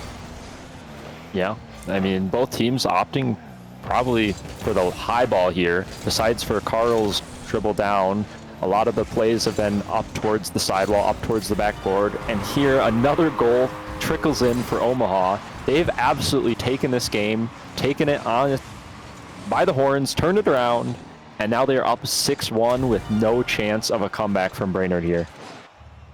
I mean, it's technically possible. Like, if we just decided Buffalo is going to stop playing, like if they just said we'll just let them score, it would happen. But given that they have been playing phenomenally, yeah, no, you're right. This game one is over. I think if you're victory, you're looking for what you need to switch up at this point. Yeah, and I think their adjustment here is to try and offload that ball to Stratus a bit more, try to support him when he does go up, because I think a lot of the plays have just sort of been disconnected. A lot of the players getting one touch, but not really able to have a teammate following. And that's where Omaha has really excelled here, is they have that teammate in support, they have that teammate ready to follow, and it has proved to be dominant. I mean, 6-1 for a starting game in one where you didn't really look warm to begin with, that's a statement.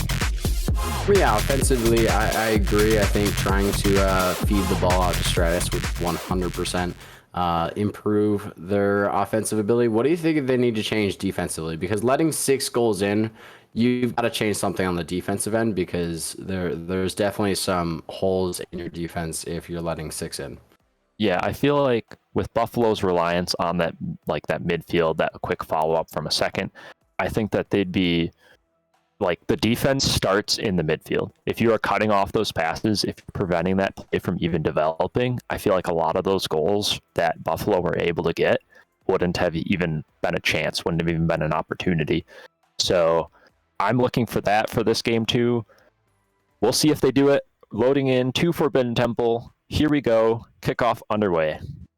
Yep, so I guess what we're hearing is the story of tonight in general, because this was last game too, is midfield presence. Because, I mean, last series it was an issue for Atlas, and this series it's been an issue for Brainerd so far too.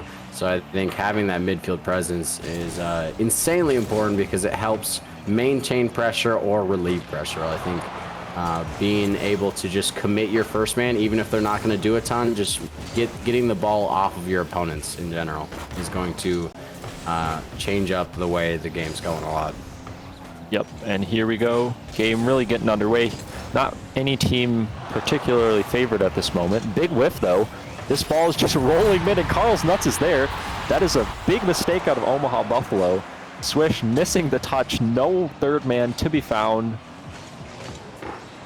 Another really easy goal that rolls in. These players, I mean, they're really, really good, but that mistake looked pretty rough, pretty bad. You know, shout out to Carl's Nuts though, because that is 2 goals out of 2 for his team. He has for a sub, he's 100% pulled off. Usually, when a team has a sub, they're going to be lacking a lot. But I guess one department that Carl's is not going to be keeping their team short of is the scoring department. So, I mean, even that, like those light touches he's getting are huge to just maintain pressure and maintain possession.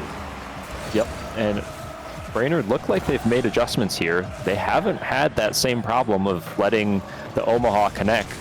So they've been doing really well. Looks like they've made adjustments. They've probably talked over during those 40 seconds that they've had, and they're following up their touches, doing really well here. Demo on the play from Stratus. So once again, Omaha attack just sort of fizzling out. And let's see if Omaha has a response for this, because it really looks like Brainerd has stepped their game back up. All right, and I don't know how much you're noticing this, but the passes are amazing between Brainerd right now. They aren't just, even if it's a back touch, they aren't just letting a ball just bounce their her a little bit. They're touching it to the nearest teammate, or the nearest teammate they can find. Unfortunately, eventually there's going to be a gap, and they found that gap. Carl couldn't quite get the ideal 50. He was able to keep it from being scored on, but hitting that corner right there and then going straight down on the net can be a death sentence for him too. Yeah, and you saw the Brainerd member in net there, ready for something, but they just had no boost. They physically couldn't jump up to get that ball, even if they had the read. Spelling absolute disaster for them. Omaha getting another tying goal, looking to ramp up the scoreline like last game. Here comes Stratus, flip pass down mid. Carl plays it around 1, but luckily Chris with a K able to play it off to the corner. Big bump there from Swish. Rob pushing up, 50-50s in the midfield. Demo play for Brainerd, numbers advantage. Swish does well to just stall time, allow his teammates to get back. Rob there, 50-50s come in, and Omaha fended off this pressure now. Yep, it's still staying in the orange half. A shot high there is actually going to work out better for them. Unfortunately, it doesn't work out into a goal. But sometimes banging those high like that can do a little bit better than a shot on net, because usually the defense can cover those shot on net if they're all back. But if no one's playing backboard, touches like that are going to make the defense more vulnerable than a touch on net. That, like that right there, see, we know how we're talking about proving our points right as we're talking about it. Yeah, that stuff right there. This is like the best too, because we haven't even cast or cursed anything yet. It's only been like good things where we yeah, I know. I'm mentioning the caster curse could caster curse. That's okay. I'm willing to do it. Someone's got to take the blow. Pillow here taking a really good shot though. Swish getting a missed touch out. Rob not in position to save it, having a bit too much confidence in Swish there to get a better touch, and top corner sniped.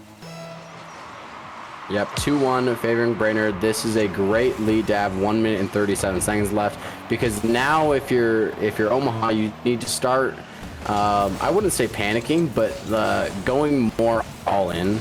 I would say trying to throw everything at the wall, because losing by 1 and losing by 10 doesn't matter. It's still a loss at the end of the day. I wouldn't say start throwing everything at the board just yet, but as this time winds down, you need to start throwing more and more and more until something gives, like that right there. A beautiful shot. Great on Rob just to wait mid for that pass to come. Yeah, and it hurts if you're Brainerd here, because a little bit of miscommunication in the corner means Pillow's taking that back boost. Stratus is not able to follow up that ball, not able to get a 50, and then his team just isn't quite back in time to cover the passing play. They had the shot covered if it was an initial shot, but Omaha using that person midfield. Brainerd taking a play from their book, attempting to try and get that midfield pass going. Shot opportunities here for Brainerd, looking to not have this go to OT. They want to end it now. Yep, and there's a great touch away. Stratus is going to try to get it back mid. That one going to find its way mid. Does that one in? Yes, Carl again being the offensive striker for Brainerd. Yeah, I mean, he looks like he's just got a bucket and a mop here, cleaning up all the loose balls in front of the Omaha net, doing an incredible job to just play that supporting role, let Pillow Stratus sort of do the dirty work, and then take his opportunities when they come. Really good job out of Carl there. Yep, 30 seconds left on the clock. That's 30 seconds for Omaha to respond and potentially send it to overtime. This ball is going to be very dangerous. Rob with a beautiful and much needed clear. Is that one going to be passed out to Stratus? No one there to follow though, but honestly touches like that are going to burn so much time off the clock, and you don't need to score here if you're Brainerd, but all you need to do is just burn that clock down more and more. Yeah, and they do a pretty good job of this, taking the 50-50s as they come, trying to get those outplays. Here, this one might slip in. It does. Pillow getting one more as a big slap in Omaha face, saying, yeah, we were going to win anyway, but now we're really going to win. Yep, now there's no question, unless somehow it pinched into the net and then you did it twice. I don't know. Like, that'd be about the only way I can envision that happening. But yeah, I think Brainerd would have to actively work here to sell, and and they do not do that. They'll take their win. 50-50 goes down to the ground. Game 2 goes to victory, a response back from a game 1 that's sort of felt like it slipped away from them. Yep, and honestly, that is huge, because when you get beat 6-1, you can have one of two responses. You can either like be hurt and then your opponents have a ton of momentum running into the next game, or you can strategize and say, how did they get those 6 goals, and analyze it. And it seems like Brainerd Victory did an amazing job of analyzing and not just letting that first game get in their heads and just shaking it off. Often 6-1 defeats can get into players' heads just a little bit. Yeah, I mean, no one wants to start the series out with such a runaway game, but we do see Brainerd Victory here with their first rounder on the bottom of the scoreboard. Not to call out my boy Stratus, I love him, but it really just shows that, like, it's a whole team effort here. It's not just Stratus going out and 1v3ing. It really is all team in support, with all the goals, assists coming from Pillow and Carl. I mean, this is really a team effort, right? Yeah, honestly, some of the best qualities of a good player is not how well you can show up on the scoreboard, but how well you can activate your teammates. Because Stratus might not have appeared a ton like stats wise in that game, but like knowing the player, he was doing a ton to get his teammates into positions where they can get those stats, where they can get those shots and assists and goals. So I think what makes a player great can be both represented in the stat line and outside of it. So he's definitely still performing well. I haven't seen too many errors coming out from Stratus so far. Yeah, and here you go, Game 3 coming in, DFH Stadium. We are starting it off with pretty solid midfield play. 50-50s, not really here, just lots of banging the ball back and forth as both teams look to get on the scoreboard early. Here, Demo comes out, passing play mid from a Chris with a K. I hate how AK's name has been there. It messes me up every time. But great job out of Chris, great job out of Swish to follow it up, and 1-0 for Buffalo. Yep, and honestly, that's something that has been lacking in the previous game is those demo plays, because that all like stemmed from a demo on the back line, breaking up the defense of Brainerd, and then allowing that little bit of gap where Omaha could capitalize on the opening, and they did just do that with one beautifully well-timed demo. You can easily get goals like that out of games. Yeah, it's kind of funny because, you know, right as Brainerd looked like, all right, we're finally on the same page as a team, they're like, what if I just tear one of those pages out? What are you going to do then? And it worked pretty well for the Buffalo here as they look to get another. Pressure starting to mount, but clear comes out for Brainerd. Cut off perfectly by Swish. A teammate almost there for the pass, but not quite able to. Rob goes missing on this one. Pillow able to bang out, give Brainerd a little bit of breathing room. Yep, Swish gonna opt to take this to the other corner where there's a little bit less people trying to stop him from pushing up the field. A great touch coming out from Rob, but Stratus with an even better save. Now Carl has to try to clear this, gets a decent clear, but it's still going to be threatening. Now he's kind of in the way, but Pillow gonna able to flick that one over. Can Carl get back in time? Yes, he can. Now with diving saves across the board, they're gonna hold strong, and we're still gonna keep a 1-goal lead, much better than being down by 2. Yeah, incredible defensive heroics here out of Brainerd. They have looked relatively comfortable in net, but things could have definitely slipped in there, so it was a little bit dicier than they probably would have liked. They really need some offense here, though. 2 minutes have gone by and not a lot of chances for Brainerd to actually get on that scoreboard. Might have to rely on a counterattack. The numbers are high, and here there is one. 50-50 comes in, though. Cuts it down pretty quickly from Omaha. And shot opportunity there, but Carl able to turn it away. Enough time taken.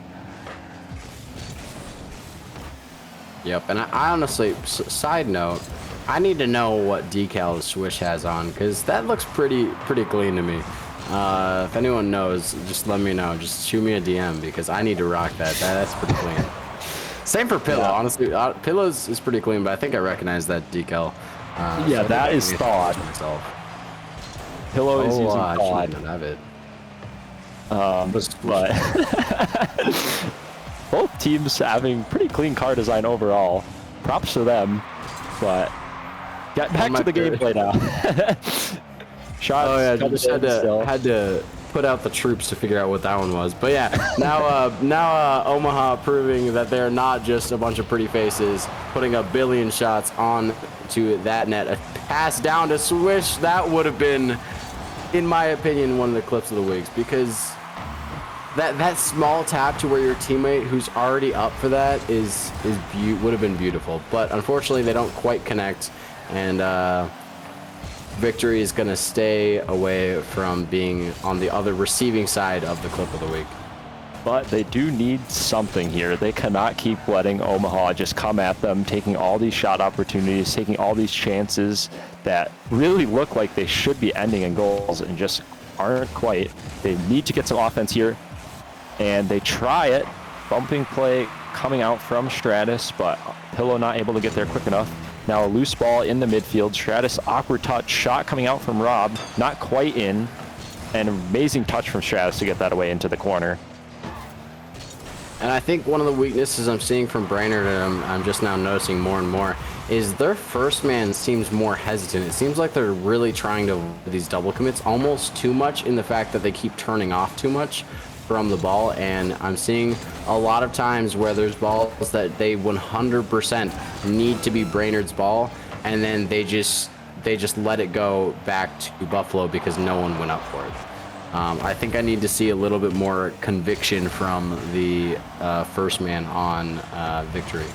Yeah, it's kind of funny that you say that, because you would expect, you know, after getting their first win, that they'd have that confidence as first to really send it. And oh my goodness, Stratus almost passing it mid there. Shot opportunities coming in here. Only 5 seconds. Really need something from this if you are a Brainerd fan. Pillow is up, pops it high, keeps it alive. Stratus is there, pops it up again. Ball just staying high, not looking to drop anytime soon. Stratus plays it mid, on 0 though. Shot opportunity here, open net for half a second. Carl puts it in, but save! The absolute incredible save. Holy cow, that was close. I kind of wish it went in though. Yeah, I mean, this is just from the drama aspect. 0-second goals are amazing, but yeah, an amazing save coming out from Buffalo to avoid the OT, because Carl had a beautiful low boost shot. Like, I think not only was the shot good, but you have to remember he shot that with basically nothing in the tank. Like, he just had to just try to be there mid to hope that it would make its way there. And a beautiful shot, but an even better save from Buffalo. And they're going to go up 2-1 on the series. That is match point for Buffalo. They're looking to end it. Maybe, hopefully, Victory can send this to 5. But I got to say, they are performing phenomenally with the sub. Yeah, I mean, props to them. Able to hold down that back line, only let Buffalo get one despite having probably 4.5 minutes of pressure. I mean, that's no easy feat. Yeah, I mean, props not only for Carl to keep up with these guys, but also props to Stratus and Pillow for activating him so much, because he has definitely been severely activated in this game. Yeah, I mean, we've seen it. Word that. No, but I know what you mean, though. He's active in the offense. He's active in the defense. He's definitely been getting involved, having his chances. And, like, the one goal that they almost scored, that 0-second play, that was all Carl, right? He was there. He was mid. Teammates doing a great job to keep the ball up, but he was in position for the shot. Oh. That is not how you want to start, though, if you're Brainerd. Yeah, I think that was, if I'm not mistaken, Carl was kind of getting chased and bumped around a little. Yeah, nope. Rob just put it in park right in front of him, and there's no getting around him. So, yeah, beautiful bump play to get goal number 1, which is exactly what they did last game too. So, they're just gonna keep it going. Yeah, all the games starting off with a really quick goal for one team. This is the first time that it has been Buffalo, though, with an actual lead going in off the rip. Almost as you reacted to. Stratus with a pretty good flip reset attempt. Tries for more solo antics, going up with air dribbles. Rob to clear it out. Pillow there at mid to cut it off. And now we're getting back into bang ball. Yep, boomer ball again, which again, we stated earlier, that's going to favor the team that has had built-in chemistry for so long. I think they need to work on controlling it. Stratus obviously has been, because he's been going for those solo plays. I think the rest of his team need to also work to try to control this ball. Stratus now with a chance. Can he get it? Not quite. Swish with a beautiful save. Yeah, shots coming in, though. And Carl with a floater from the midfield. Jump shot. All set up by Stratus, really, here. Putting on such a hard shot that forced Buffalo to just give it away. An amazing angle out of Carl, just puts it on net, and it equalizers for the Brainerd. I didn't think, given the momentum of the ball and of Carl and of the angle, I didn't think that was a possible shot, but I guess Carl showing me that if you hit the post ever so slightly, it does go in. They're not going to let me finish my thought on the previous goal before they score again, though. Unfortunate double commit coming in the corner, and that's going to lead to an easy shot from Swish. That's the unfortunate side with having not too much team chem, is you're going to every now and then double commit like that.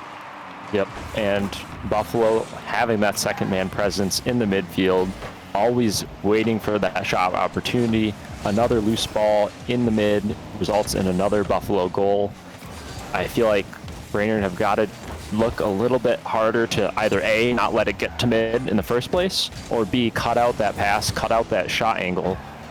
And here's shot opportunity comes in. Carl on the scoreboard again, gets another goal for the Brainerd victory. Amazing outplay from Pillow, pops that one mid. Carl there to clean up, equalized with still a lot of time left. Yeah, shout out Pillow, because that pass was gorgeous. The perfect touch against the corner, that corner bang. Absolutely amazing to give Carl a significantly easier shot than the earlier one. Yeah, incredible job out of him. And Demo coming in. Omaha want to retaliate back, starting to build up some pressure. Shots coming in. Swish going for the sidewall. Cut out by Pillow. Chris with a K just smacks it up. Doesn't have the boost really to the control touch. And as we stated, you know, Boomer Ball, I think it does favor that Omaha team. So they're more than happy to just play it out over one. Get that play speeding up, cause a little discombobulation, if you will. Rob going for those demo plays as well. Physicality coming out for the Buffalo. All the stops being pulled, shot coming in. That is incredibly well placed out of Swish. Far down ski. That placement does not get any better. Chris with a K, a beautiful 50 to give Swish the shot on net, and he did not waste that shot at all. Yeah, no, incredible placement out of him. Top right corner found. Even though there was a defender back, they just couldn't get to it in time. Really props to Swish there, finding that angle when he needed it. Here he's leaving it for a teammate. Unfortunate whiff comes out from Chris after Swish left. And now Brainerd here with chances to strike back, but comes up short. Shot on target, turned away by Carl's nuts. And more 50s in that corner. Shot opportunity goes away. Not quite there for the Omaha. Yep. Carl going to be able to follow this one up. Gets the full boost. Can he find a touch here? Not quite. Pillow and Stratus up, and that one's going to be open and straight in before even anyone needs to get another touch. That is a very unfortunate double commit. Carl getting beat, and then unfortunately Pillow beating Stratus out. That is unfortunate, but it does happen. Yeah, it looked like a comms error, to be honest. Stratus going up, playing that ball, probably calling it, hoping Pillow leaves. Pillow thinking he just needs to get a touch there. Gets one, but mistouch comes in, and it just so happens to be in the net. Pretty brutal mistake. Both players were back. Both players had the opportunity to save that, to not have it be a goal, but trickles in anyway. Yep, now they're trying to follow this one up. There's a little bit of a scramble coming out from Victory. They've only got a minute to keep their lives alive, keep them alive. That's what we're looking for. Keep them alive in this series because remember, Omaha is on match point, so they need 2 before this time runs out. Yeah, and it's not looking too likely here as Omaha has continued their pressure, continued their streak of just peppering the Brainerd net with shots. Victory aren't looking too good here. Gotta be honest, they want a little bit more than this as far as offensive opportunities. They have only 30 seconds. Time is ticking down. Omaha more than happy to just keep this ball anywhere but close to their net. Yep, and now this one going to find its way towards midfield. A beautiful clear, though, coming out from Omaha, as now Swish trying to just keep this one out of harm's way. All they need to do is just keep lobbing this one out and kill that time more and more. They need something on this push right here. And then, unfortunately, they don't find anything. That's going to kill the time unless... Nope, not quite. That one's going to die. Rob's just going to have a little fun with it before they end this series. But that is going to Buffalo in a 3-1 fashion. Yeah, absolute dominance out of Buffalo, to be honest. Brainerd did get the one game, but it was really hard fought, and it didn't look like they just could consistently take games from this Buffalo team. unfortunate if you are a Brainerd Victory fan. Hopefully they can come back stronger. Hopefully they will have the full roster in the future. But honestly, props to Carl. He looked great on the Brainerd Victory. Amazing job out of him. And overall, they should be happy with their performance. Yep, that one went quite well for Victory, given that they had a sub. Congrats to Buffalo for getting the win at the end of the day, though. They played phenomenally. I mean, it doesn't matter how good Brainerd plays with their sub. If Omaha is just going to come up and play some of their best Rocket League, there's not much you can do. So great job to them. I think after this, I am skedaddling. I don't know if you are staying on or if we're both swapping casters, but we will be back shortly. Oh, gotcha. Keep yapping for a little bit is what I'm being told. Okay. Gotcha. Yes, I will be returning. It will be me and I believe Weevil coming in for the cast. I love Weevil. Yeah, no, I'm excited to get to meet him. I've never talked to him, so we will see on that end. But he's a very cool caster, so he's decently experienced. So you guys will have a great time with him. But your match will be the Steelhawks versus the Burnsville Inferno. So that one definitely one to look forward to. I'm pretty sure those teams are decently close, but yeah. Looking back from this previous series, I think if you are Brainerd, there's you guys all played phenomenally. I don't think you need to be too concerned given that you had a sub. I think if you're Omaha, keep doing what you're doing. I think you'll have amazing success. Couldn't get the game 5 for entertainment purposes. Not going to put it to 5 just for content, but I think that went well. Yeah, overall, both teams pretty happy. I believe we will be heading to a break now. Coming back at you in a few minutes here, Midwest Championship Series, or Midwest Car Soccer. We will be right back. Close enough, both of them. Anyway, see ya.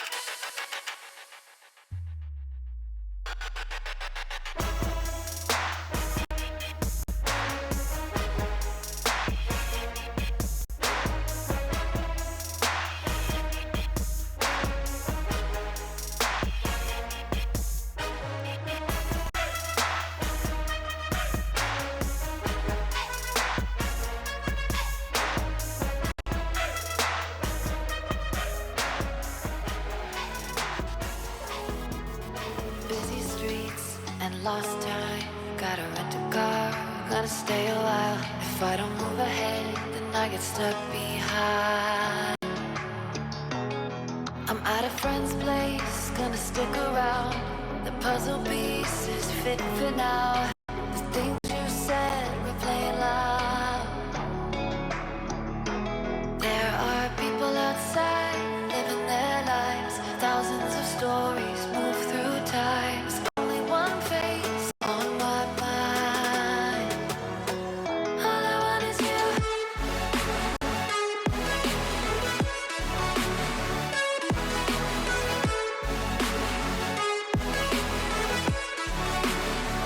All I want is you.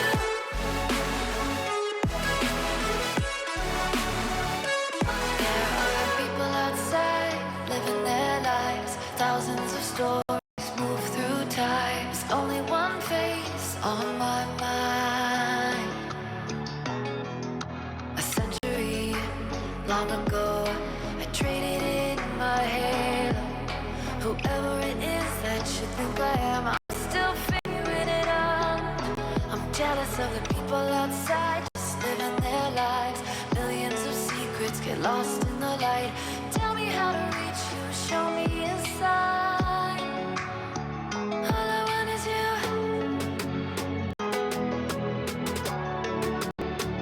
All I want is you.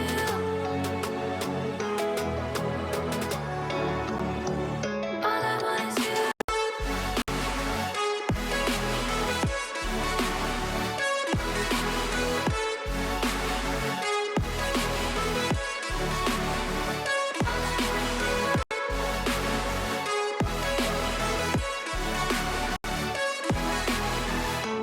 I'm surrounded by memories of you and I won't rest until you know the truth.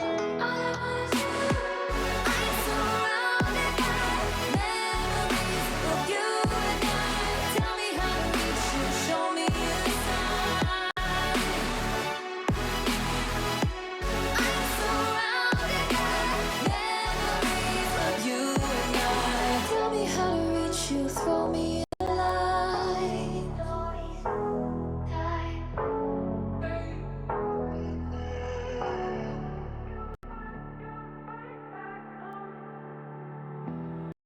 Easy love I can show on the outside, it's not that simple. When it's tough, I don't show how I feel looking out my window. I get caught living in these thoughts, but I'm never lost. For a second I forgot. You can run, you can hide, you can slide back. Give it time, ease your mind, you'll survive that. You can run, you can hide, you can slide back. Just don't fight alone, you will find your way back home.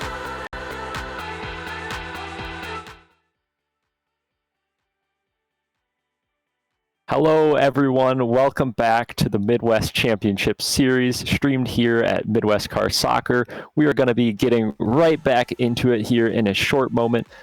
I am welcomed by my co-caster Weevil here. Glad to have you on. Good to be here. Good to be here. And let's do a quick recap of what we have seen so far. We had night starting off with the Bemidji Lumberjacks facing the Chicago Jungle. 3-1 win there for the Jungle. Then we had the Winnipeg Atlas versus the Bloomington Maulers. Maulers looking absolutely dominant. Swept that one 3-0. Then our last series that we just saw with me and V-Storm, shout out V-Storm, great job on the cast, was Brainerd Victory versus the Omaha Buffalo, with the Omaha Buffalo absolutely dominating on the offensive side, holding them to a 3-1 series win. Yeah, I was watching that one. It was a pretty close one, but I mean, Omaha just came out on top. They were looking like the better team in that one. And I had, being Brainerd myself, tough to see them lose. But to my knowledge, they were also missing Mal, who I believe is their first pick. So their first rounder. So he's their third rounder, actually. Third rounder. Okay, you're right. Sorry. Yeah. So, now we are getting into the Burnsville Inferno versus the Fargo Steelhawks here, coming right up at you. Burnsville Inferno have a sub, so we will see how they do. And this is for their first rounder for Rage 32. So very interesting here. We will be getting started. If I can, my text chat is not working. So if you'd like to tell the players they are ready to join up, I'm ready to get in. Let's get this ball rolling.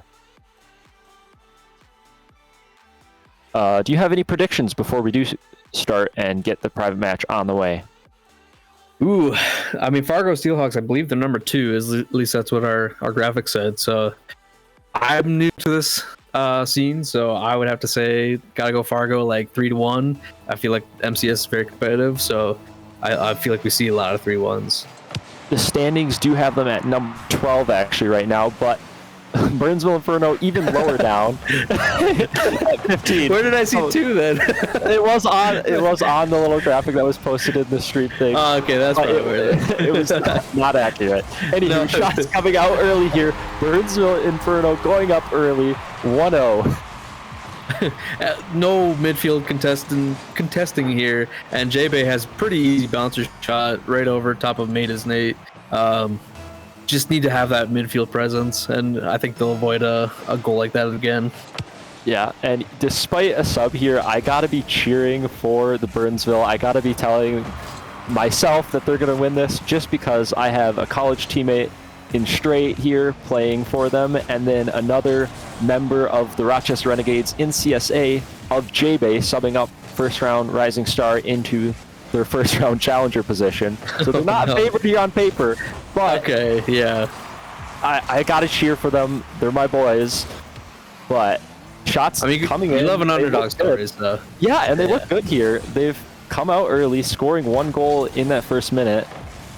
But I'm sure Steelhawks are looking to change that storyline as they start offensive pressure here. Shots coming in. Yeah. Looks like Steelhawks are getting some pressure on right now after that first goal getting scored on them, but it looks like they just can't quite finish it off. We see a double command defense pulled off by Straight, but oh my goodness, it's an own goal. That was not going in by Maida's Nate, but his opponent there puts it in off the zone corner. Yeah, I mean, that's a bounce you can't really read if you're J-Bay. Unfortunate. Tries to just turn in, tries to get a body between the ball and the net. Accidentally finds himself on the wrong side of it. Taps it in. Made its Nate, though, doing a good job of getting it on target initially. Double tap here from him. Turned away by Blaudet. Hude puts it way too hard mid. No one there quite to follow it. Straight plays it up toward J-Bay. J-Bay to the corner. Play fizzling out after a miss. Yeah, a little bit of awkwardness on the orange side, but Maida's Nate tries to go for that, goes past it, op sleeve for DJ. Blaudet, great shot up behind all the Fargo Steelhawks, and takes his team up 2-1. Yeah, incredible placement from Blaudet. Just given too much space, too much respect there in the corner. Nobody challenging. He says, if you give me the time to line it up, I'll put it right in your net. He was lining that one up for quite a while there. I'm kind of surprised nobody contested that, but maybe a little bit of awkwardness. No, not enough boost in their tank, and that might just go in. Oh, he's off the crossbar.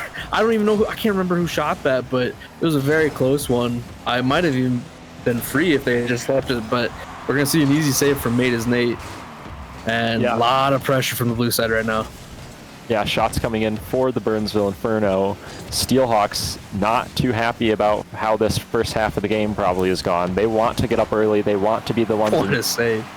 Yeah, incredible save there. They want to be the ones in control here, as Hude does a great job outplaying the third of J-Bay and is able to just walk that dog, roll it in, equalize. It seems like J-Bay just kind of a little awkward contest there, and that's going to tie up the series or the game for us right now. A lot closer than it looked like at the beginning, but anything can happen in these games, you know? Yeah, I mean, we've seen offensive pressure from Burnsville early, which you probably wouldn't expect considering their best player in Rage is gone. And they've looked pretty comfortable. They've looked like they are at this tier. They've looked just as fine doing this as they would if they had their full roster. So I'm thoroughly impressed by another Rising Star sub coming up and showing that first-round Rising Star players are no joke. No, and then those guys are captains of their own teams for a reason. They are still very good at the game, and optimally so. They are usually pretty good replacements for some of your top players on the upper tiers. But we'll see. Mate is Nate get a huge 50. Might be open for somebody else, but Nate puts it on the backboard. Nobody there to finish it off. And Orange is looking, the Steelhawks looking very strong right now. Yeah, they've started to really ramp up that offense, getting the bumps, getting that pressure. Shot coming in. Incredible save out of Blaudat. Manages to not only save the ball, but put it to a corner toward where teammates are. Allow them to take 50s, allow him to get boost, but it doesn't matter. Maybe its Nate is too fast. He was on that ball right here, right then, and beautiful pass from DJ. We gotta talk about that. It was a perfect read off the sidewall there, and Matus Nate just where he needs to be to put it in that bottom corner. Yeah, really trusting his teammate there. Made its Nate aggressive positioning, follows up quickly, manages to make it pay off. Here he is. Oh my goodness. Tap impending. Straight manages to put it to the side. Yeah, it was a really close look. Nate kind of impressed me right now.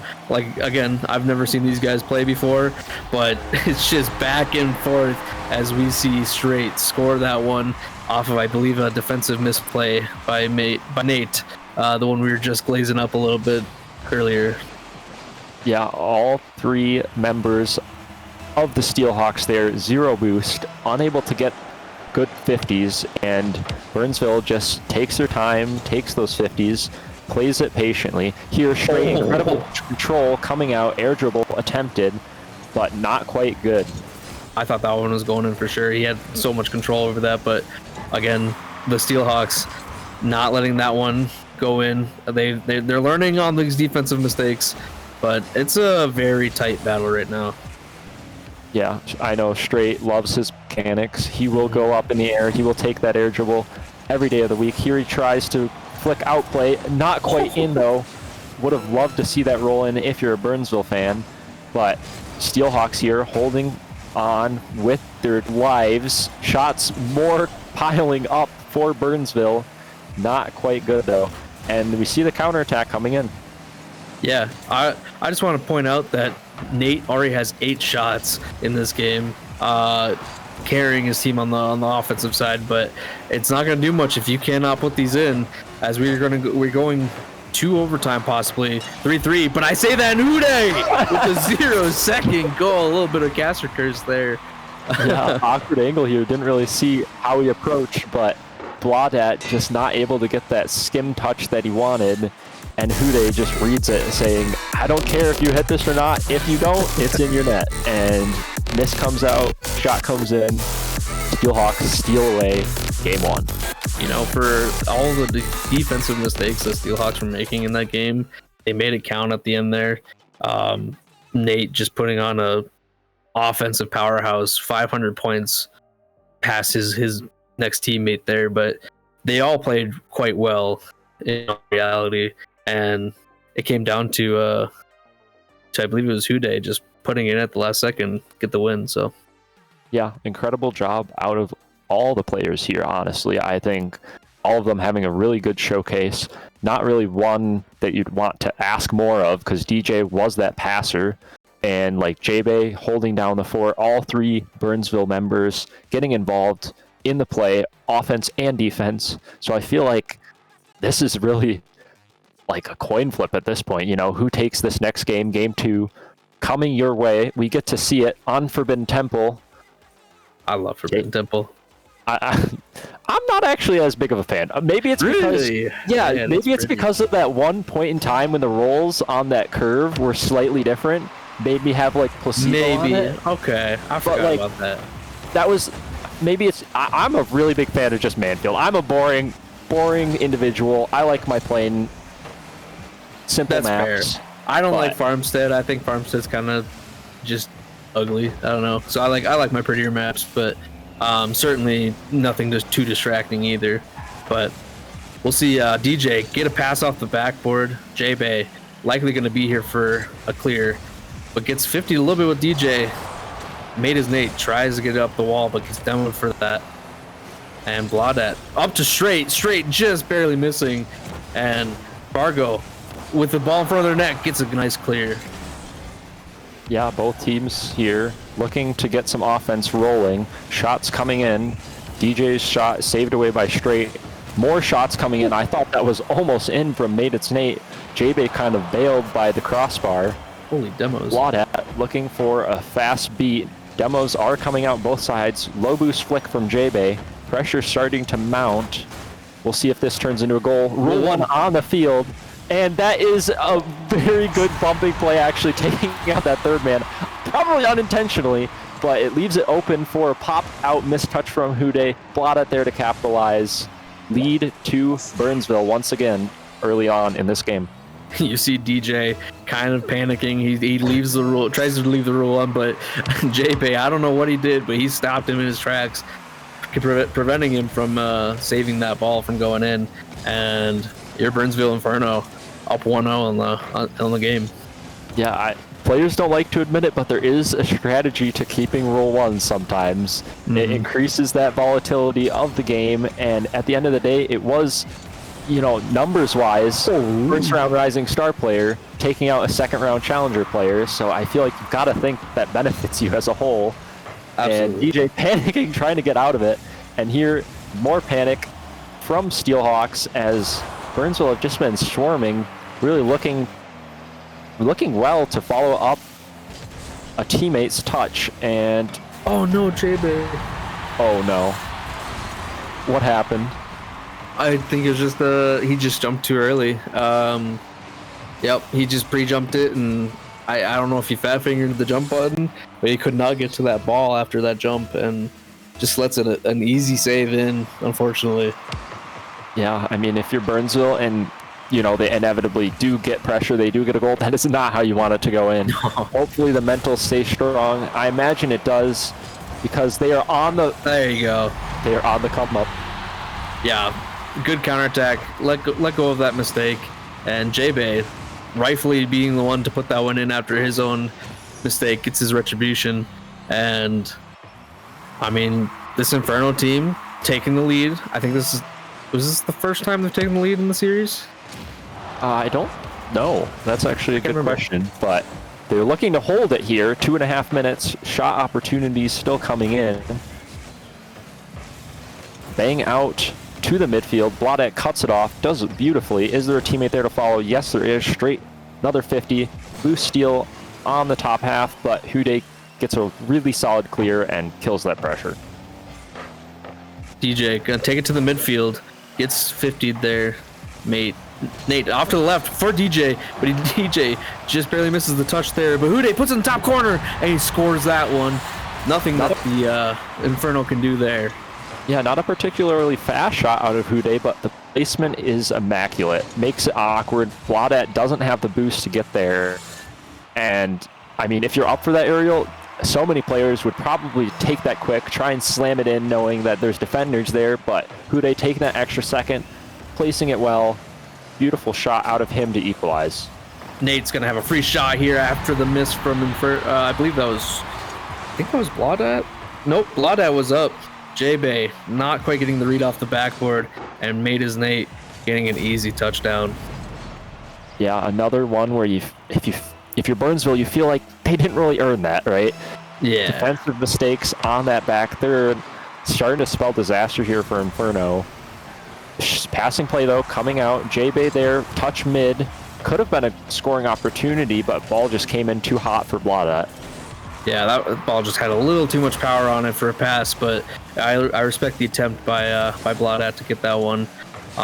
Very tough one to reach on. Yep. And boost now for the Steelhawks. Low boost for the Burnsville Inferno, and you see it punish them here as Steelhawks swarm this ball. Loose mid. Blaudet just doesn't have anything, can't even jump, can't even put a hand up. Hude taps it in. I'm seeing a very common theme on this Steelhawks team. DJ is going to pass it to the midfield, and Hude or Nate are going to finish that off. And we're going to see a 1v1 here with J-Bay. DJ, that's 2, but cannot get it past the third. Straight's going to take it to the sidewall. gets one more touch. Pass another. Might pass to the mid, but Nate's there to save it away. Yeah, more shots coming in for both teams, looking to ramp up that scoreline. Steelhawks wanting to really make a statement here and say, we deserved that game one. We owned that 0-second goal. We owned you guys. But Burnsville, they're not happy with that. They're trying to counter back.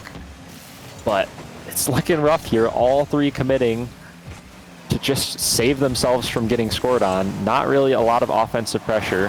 Here's their first decent shot, but even so, it's just a small tester. Yeah, 40 seconds left. You gotta get a goal here very soon. Otherwise, that 2-goal deficit just is harder and harder and harder to cover. And DJ looking to pass it across, but J-Bay has a nice look. Gets it over to Straight, but Straight has no boost. Might get a flick.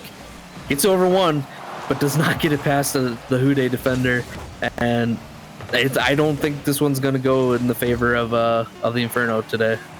Yeah, they'll be looking at a reverse sweep in about 5 seconds, and that is what they're gonna have to do.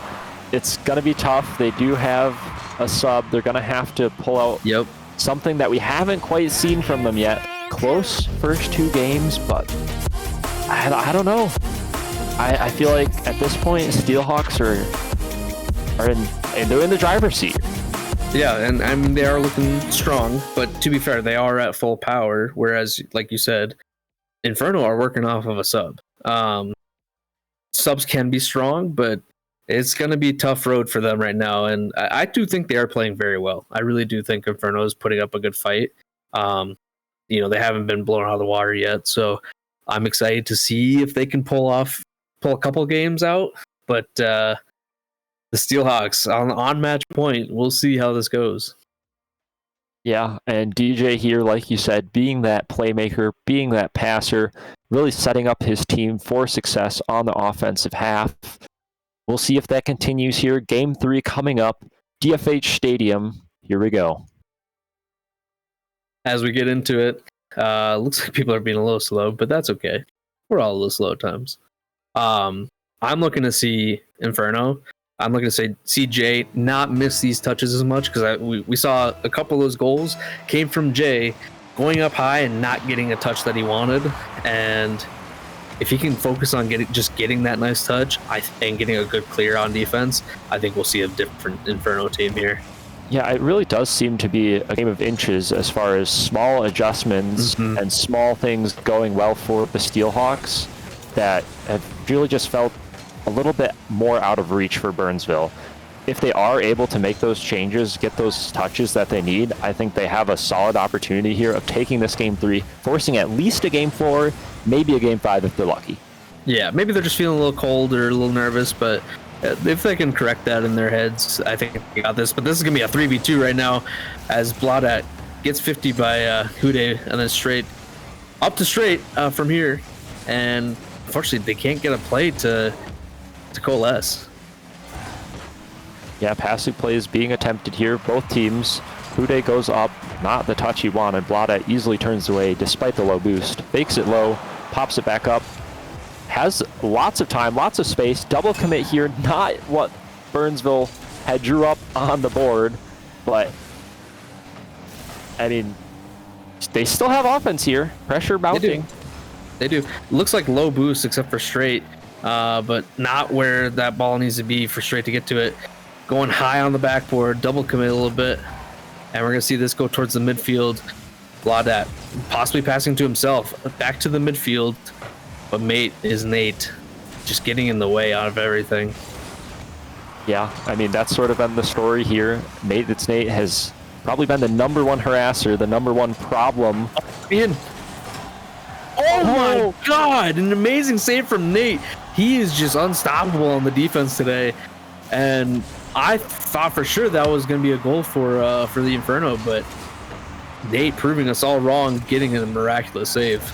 Yeah, he's just really been their demon, stopping them on all of these really good offensive looks and also putting in all of, or not all, but a lot of these Steelhawks goals off DJ passing plays, off of Houday outplays. Here he comes dribble play attempted, unable to score it, opts to just go back, collect boost by time.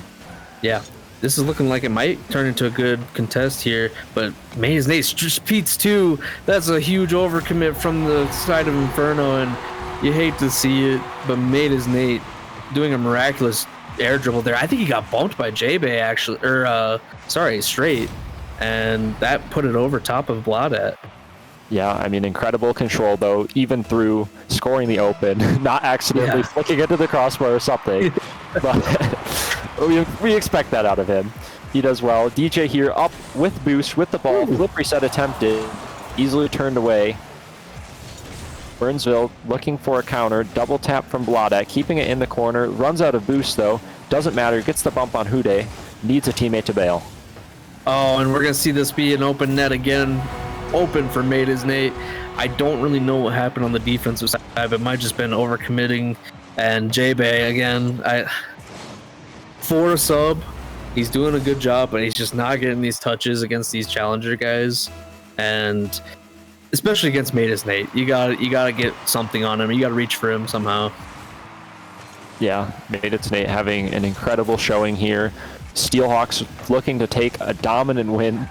Pre-jump passing play attempted. Hey, there's still time. There's still time. There is still time. 2 minutes to go.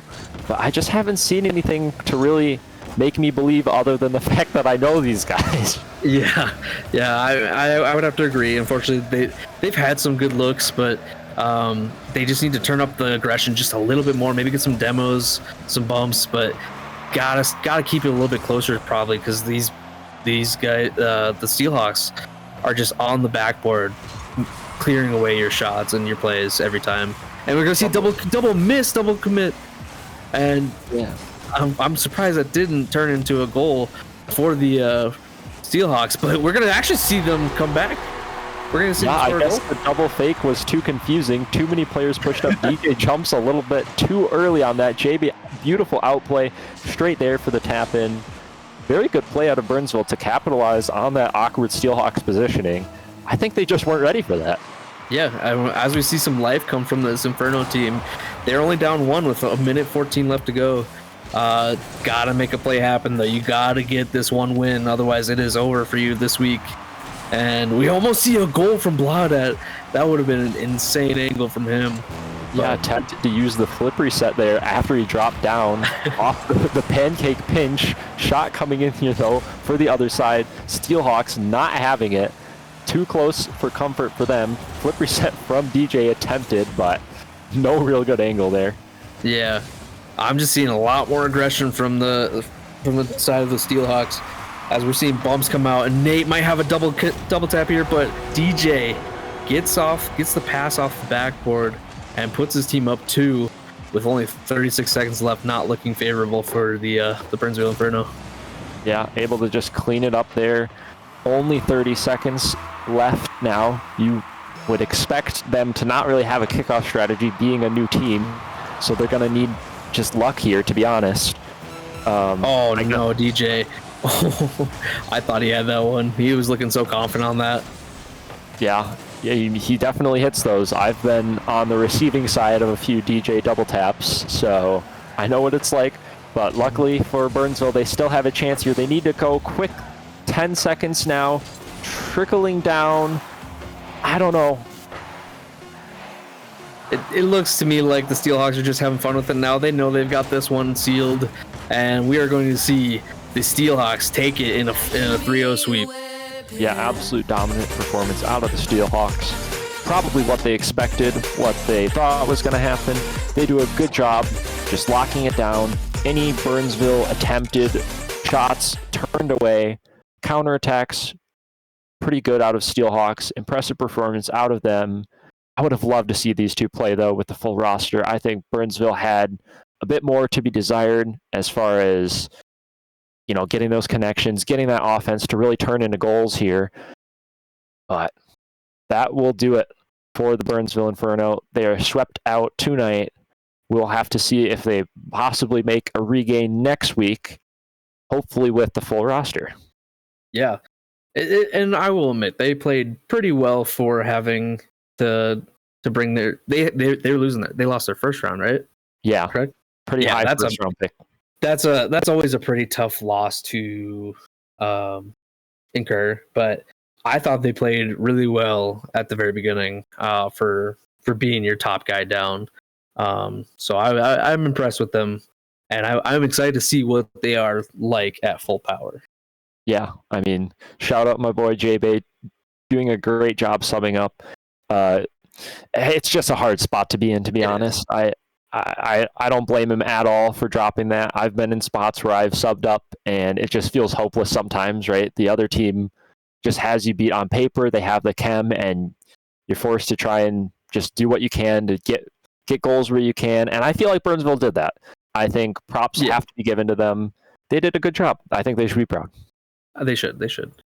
But we will see Fargo take this one 3-0, and I'm not sure how you sign these off normally, but well, I'll do my best job. Thank you guys all for watching.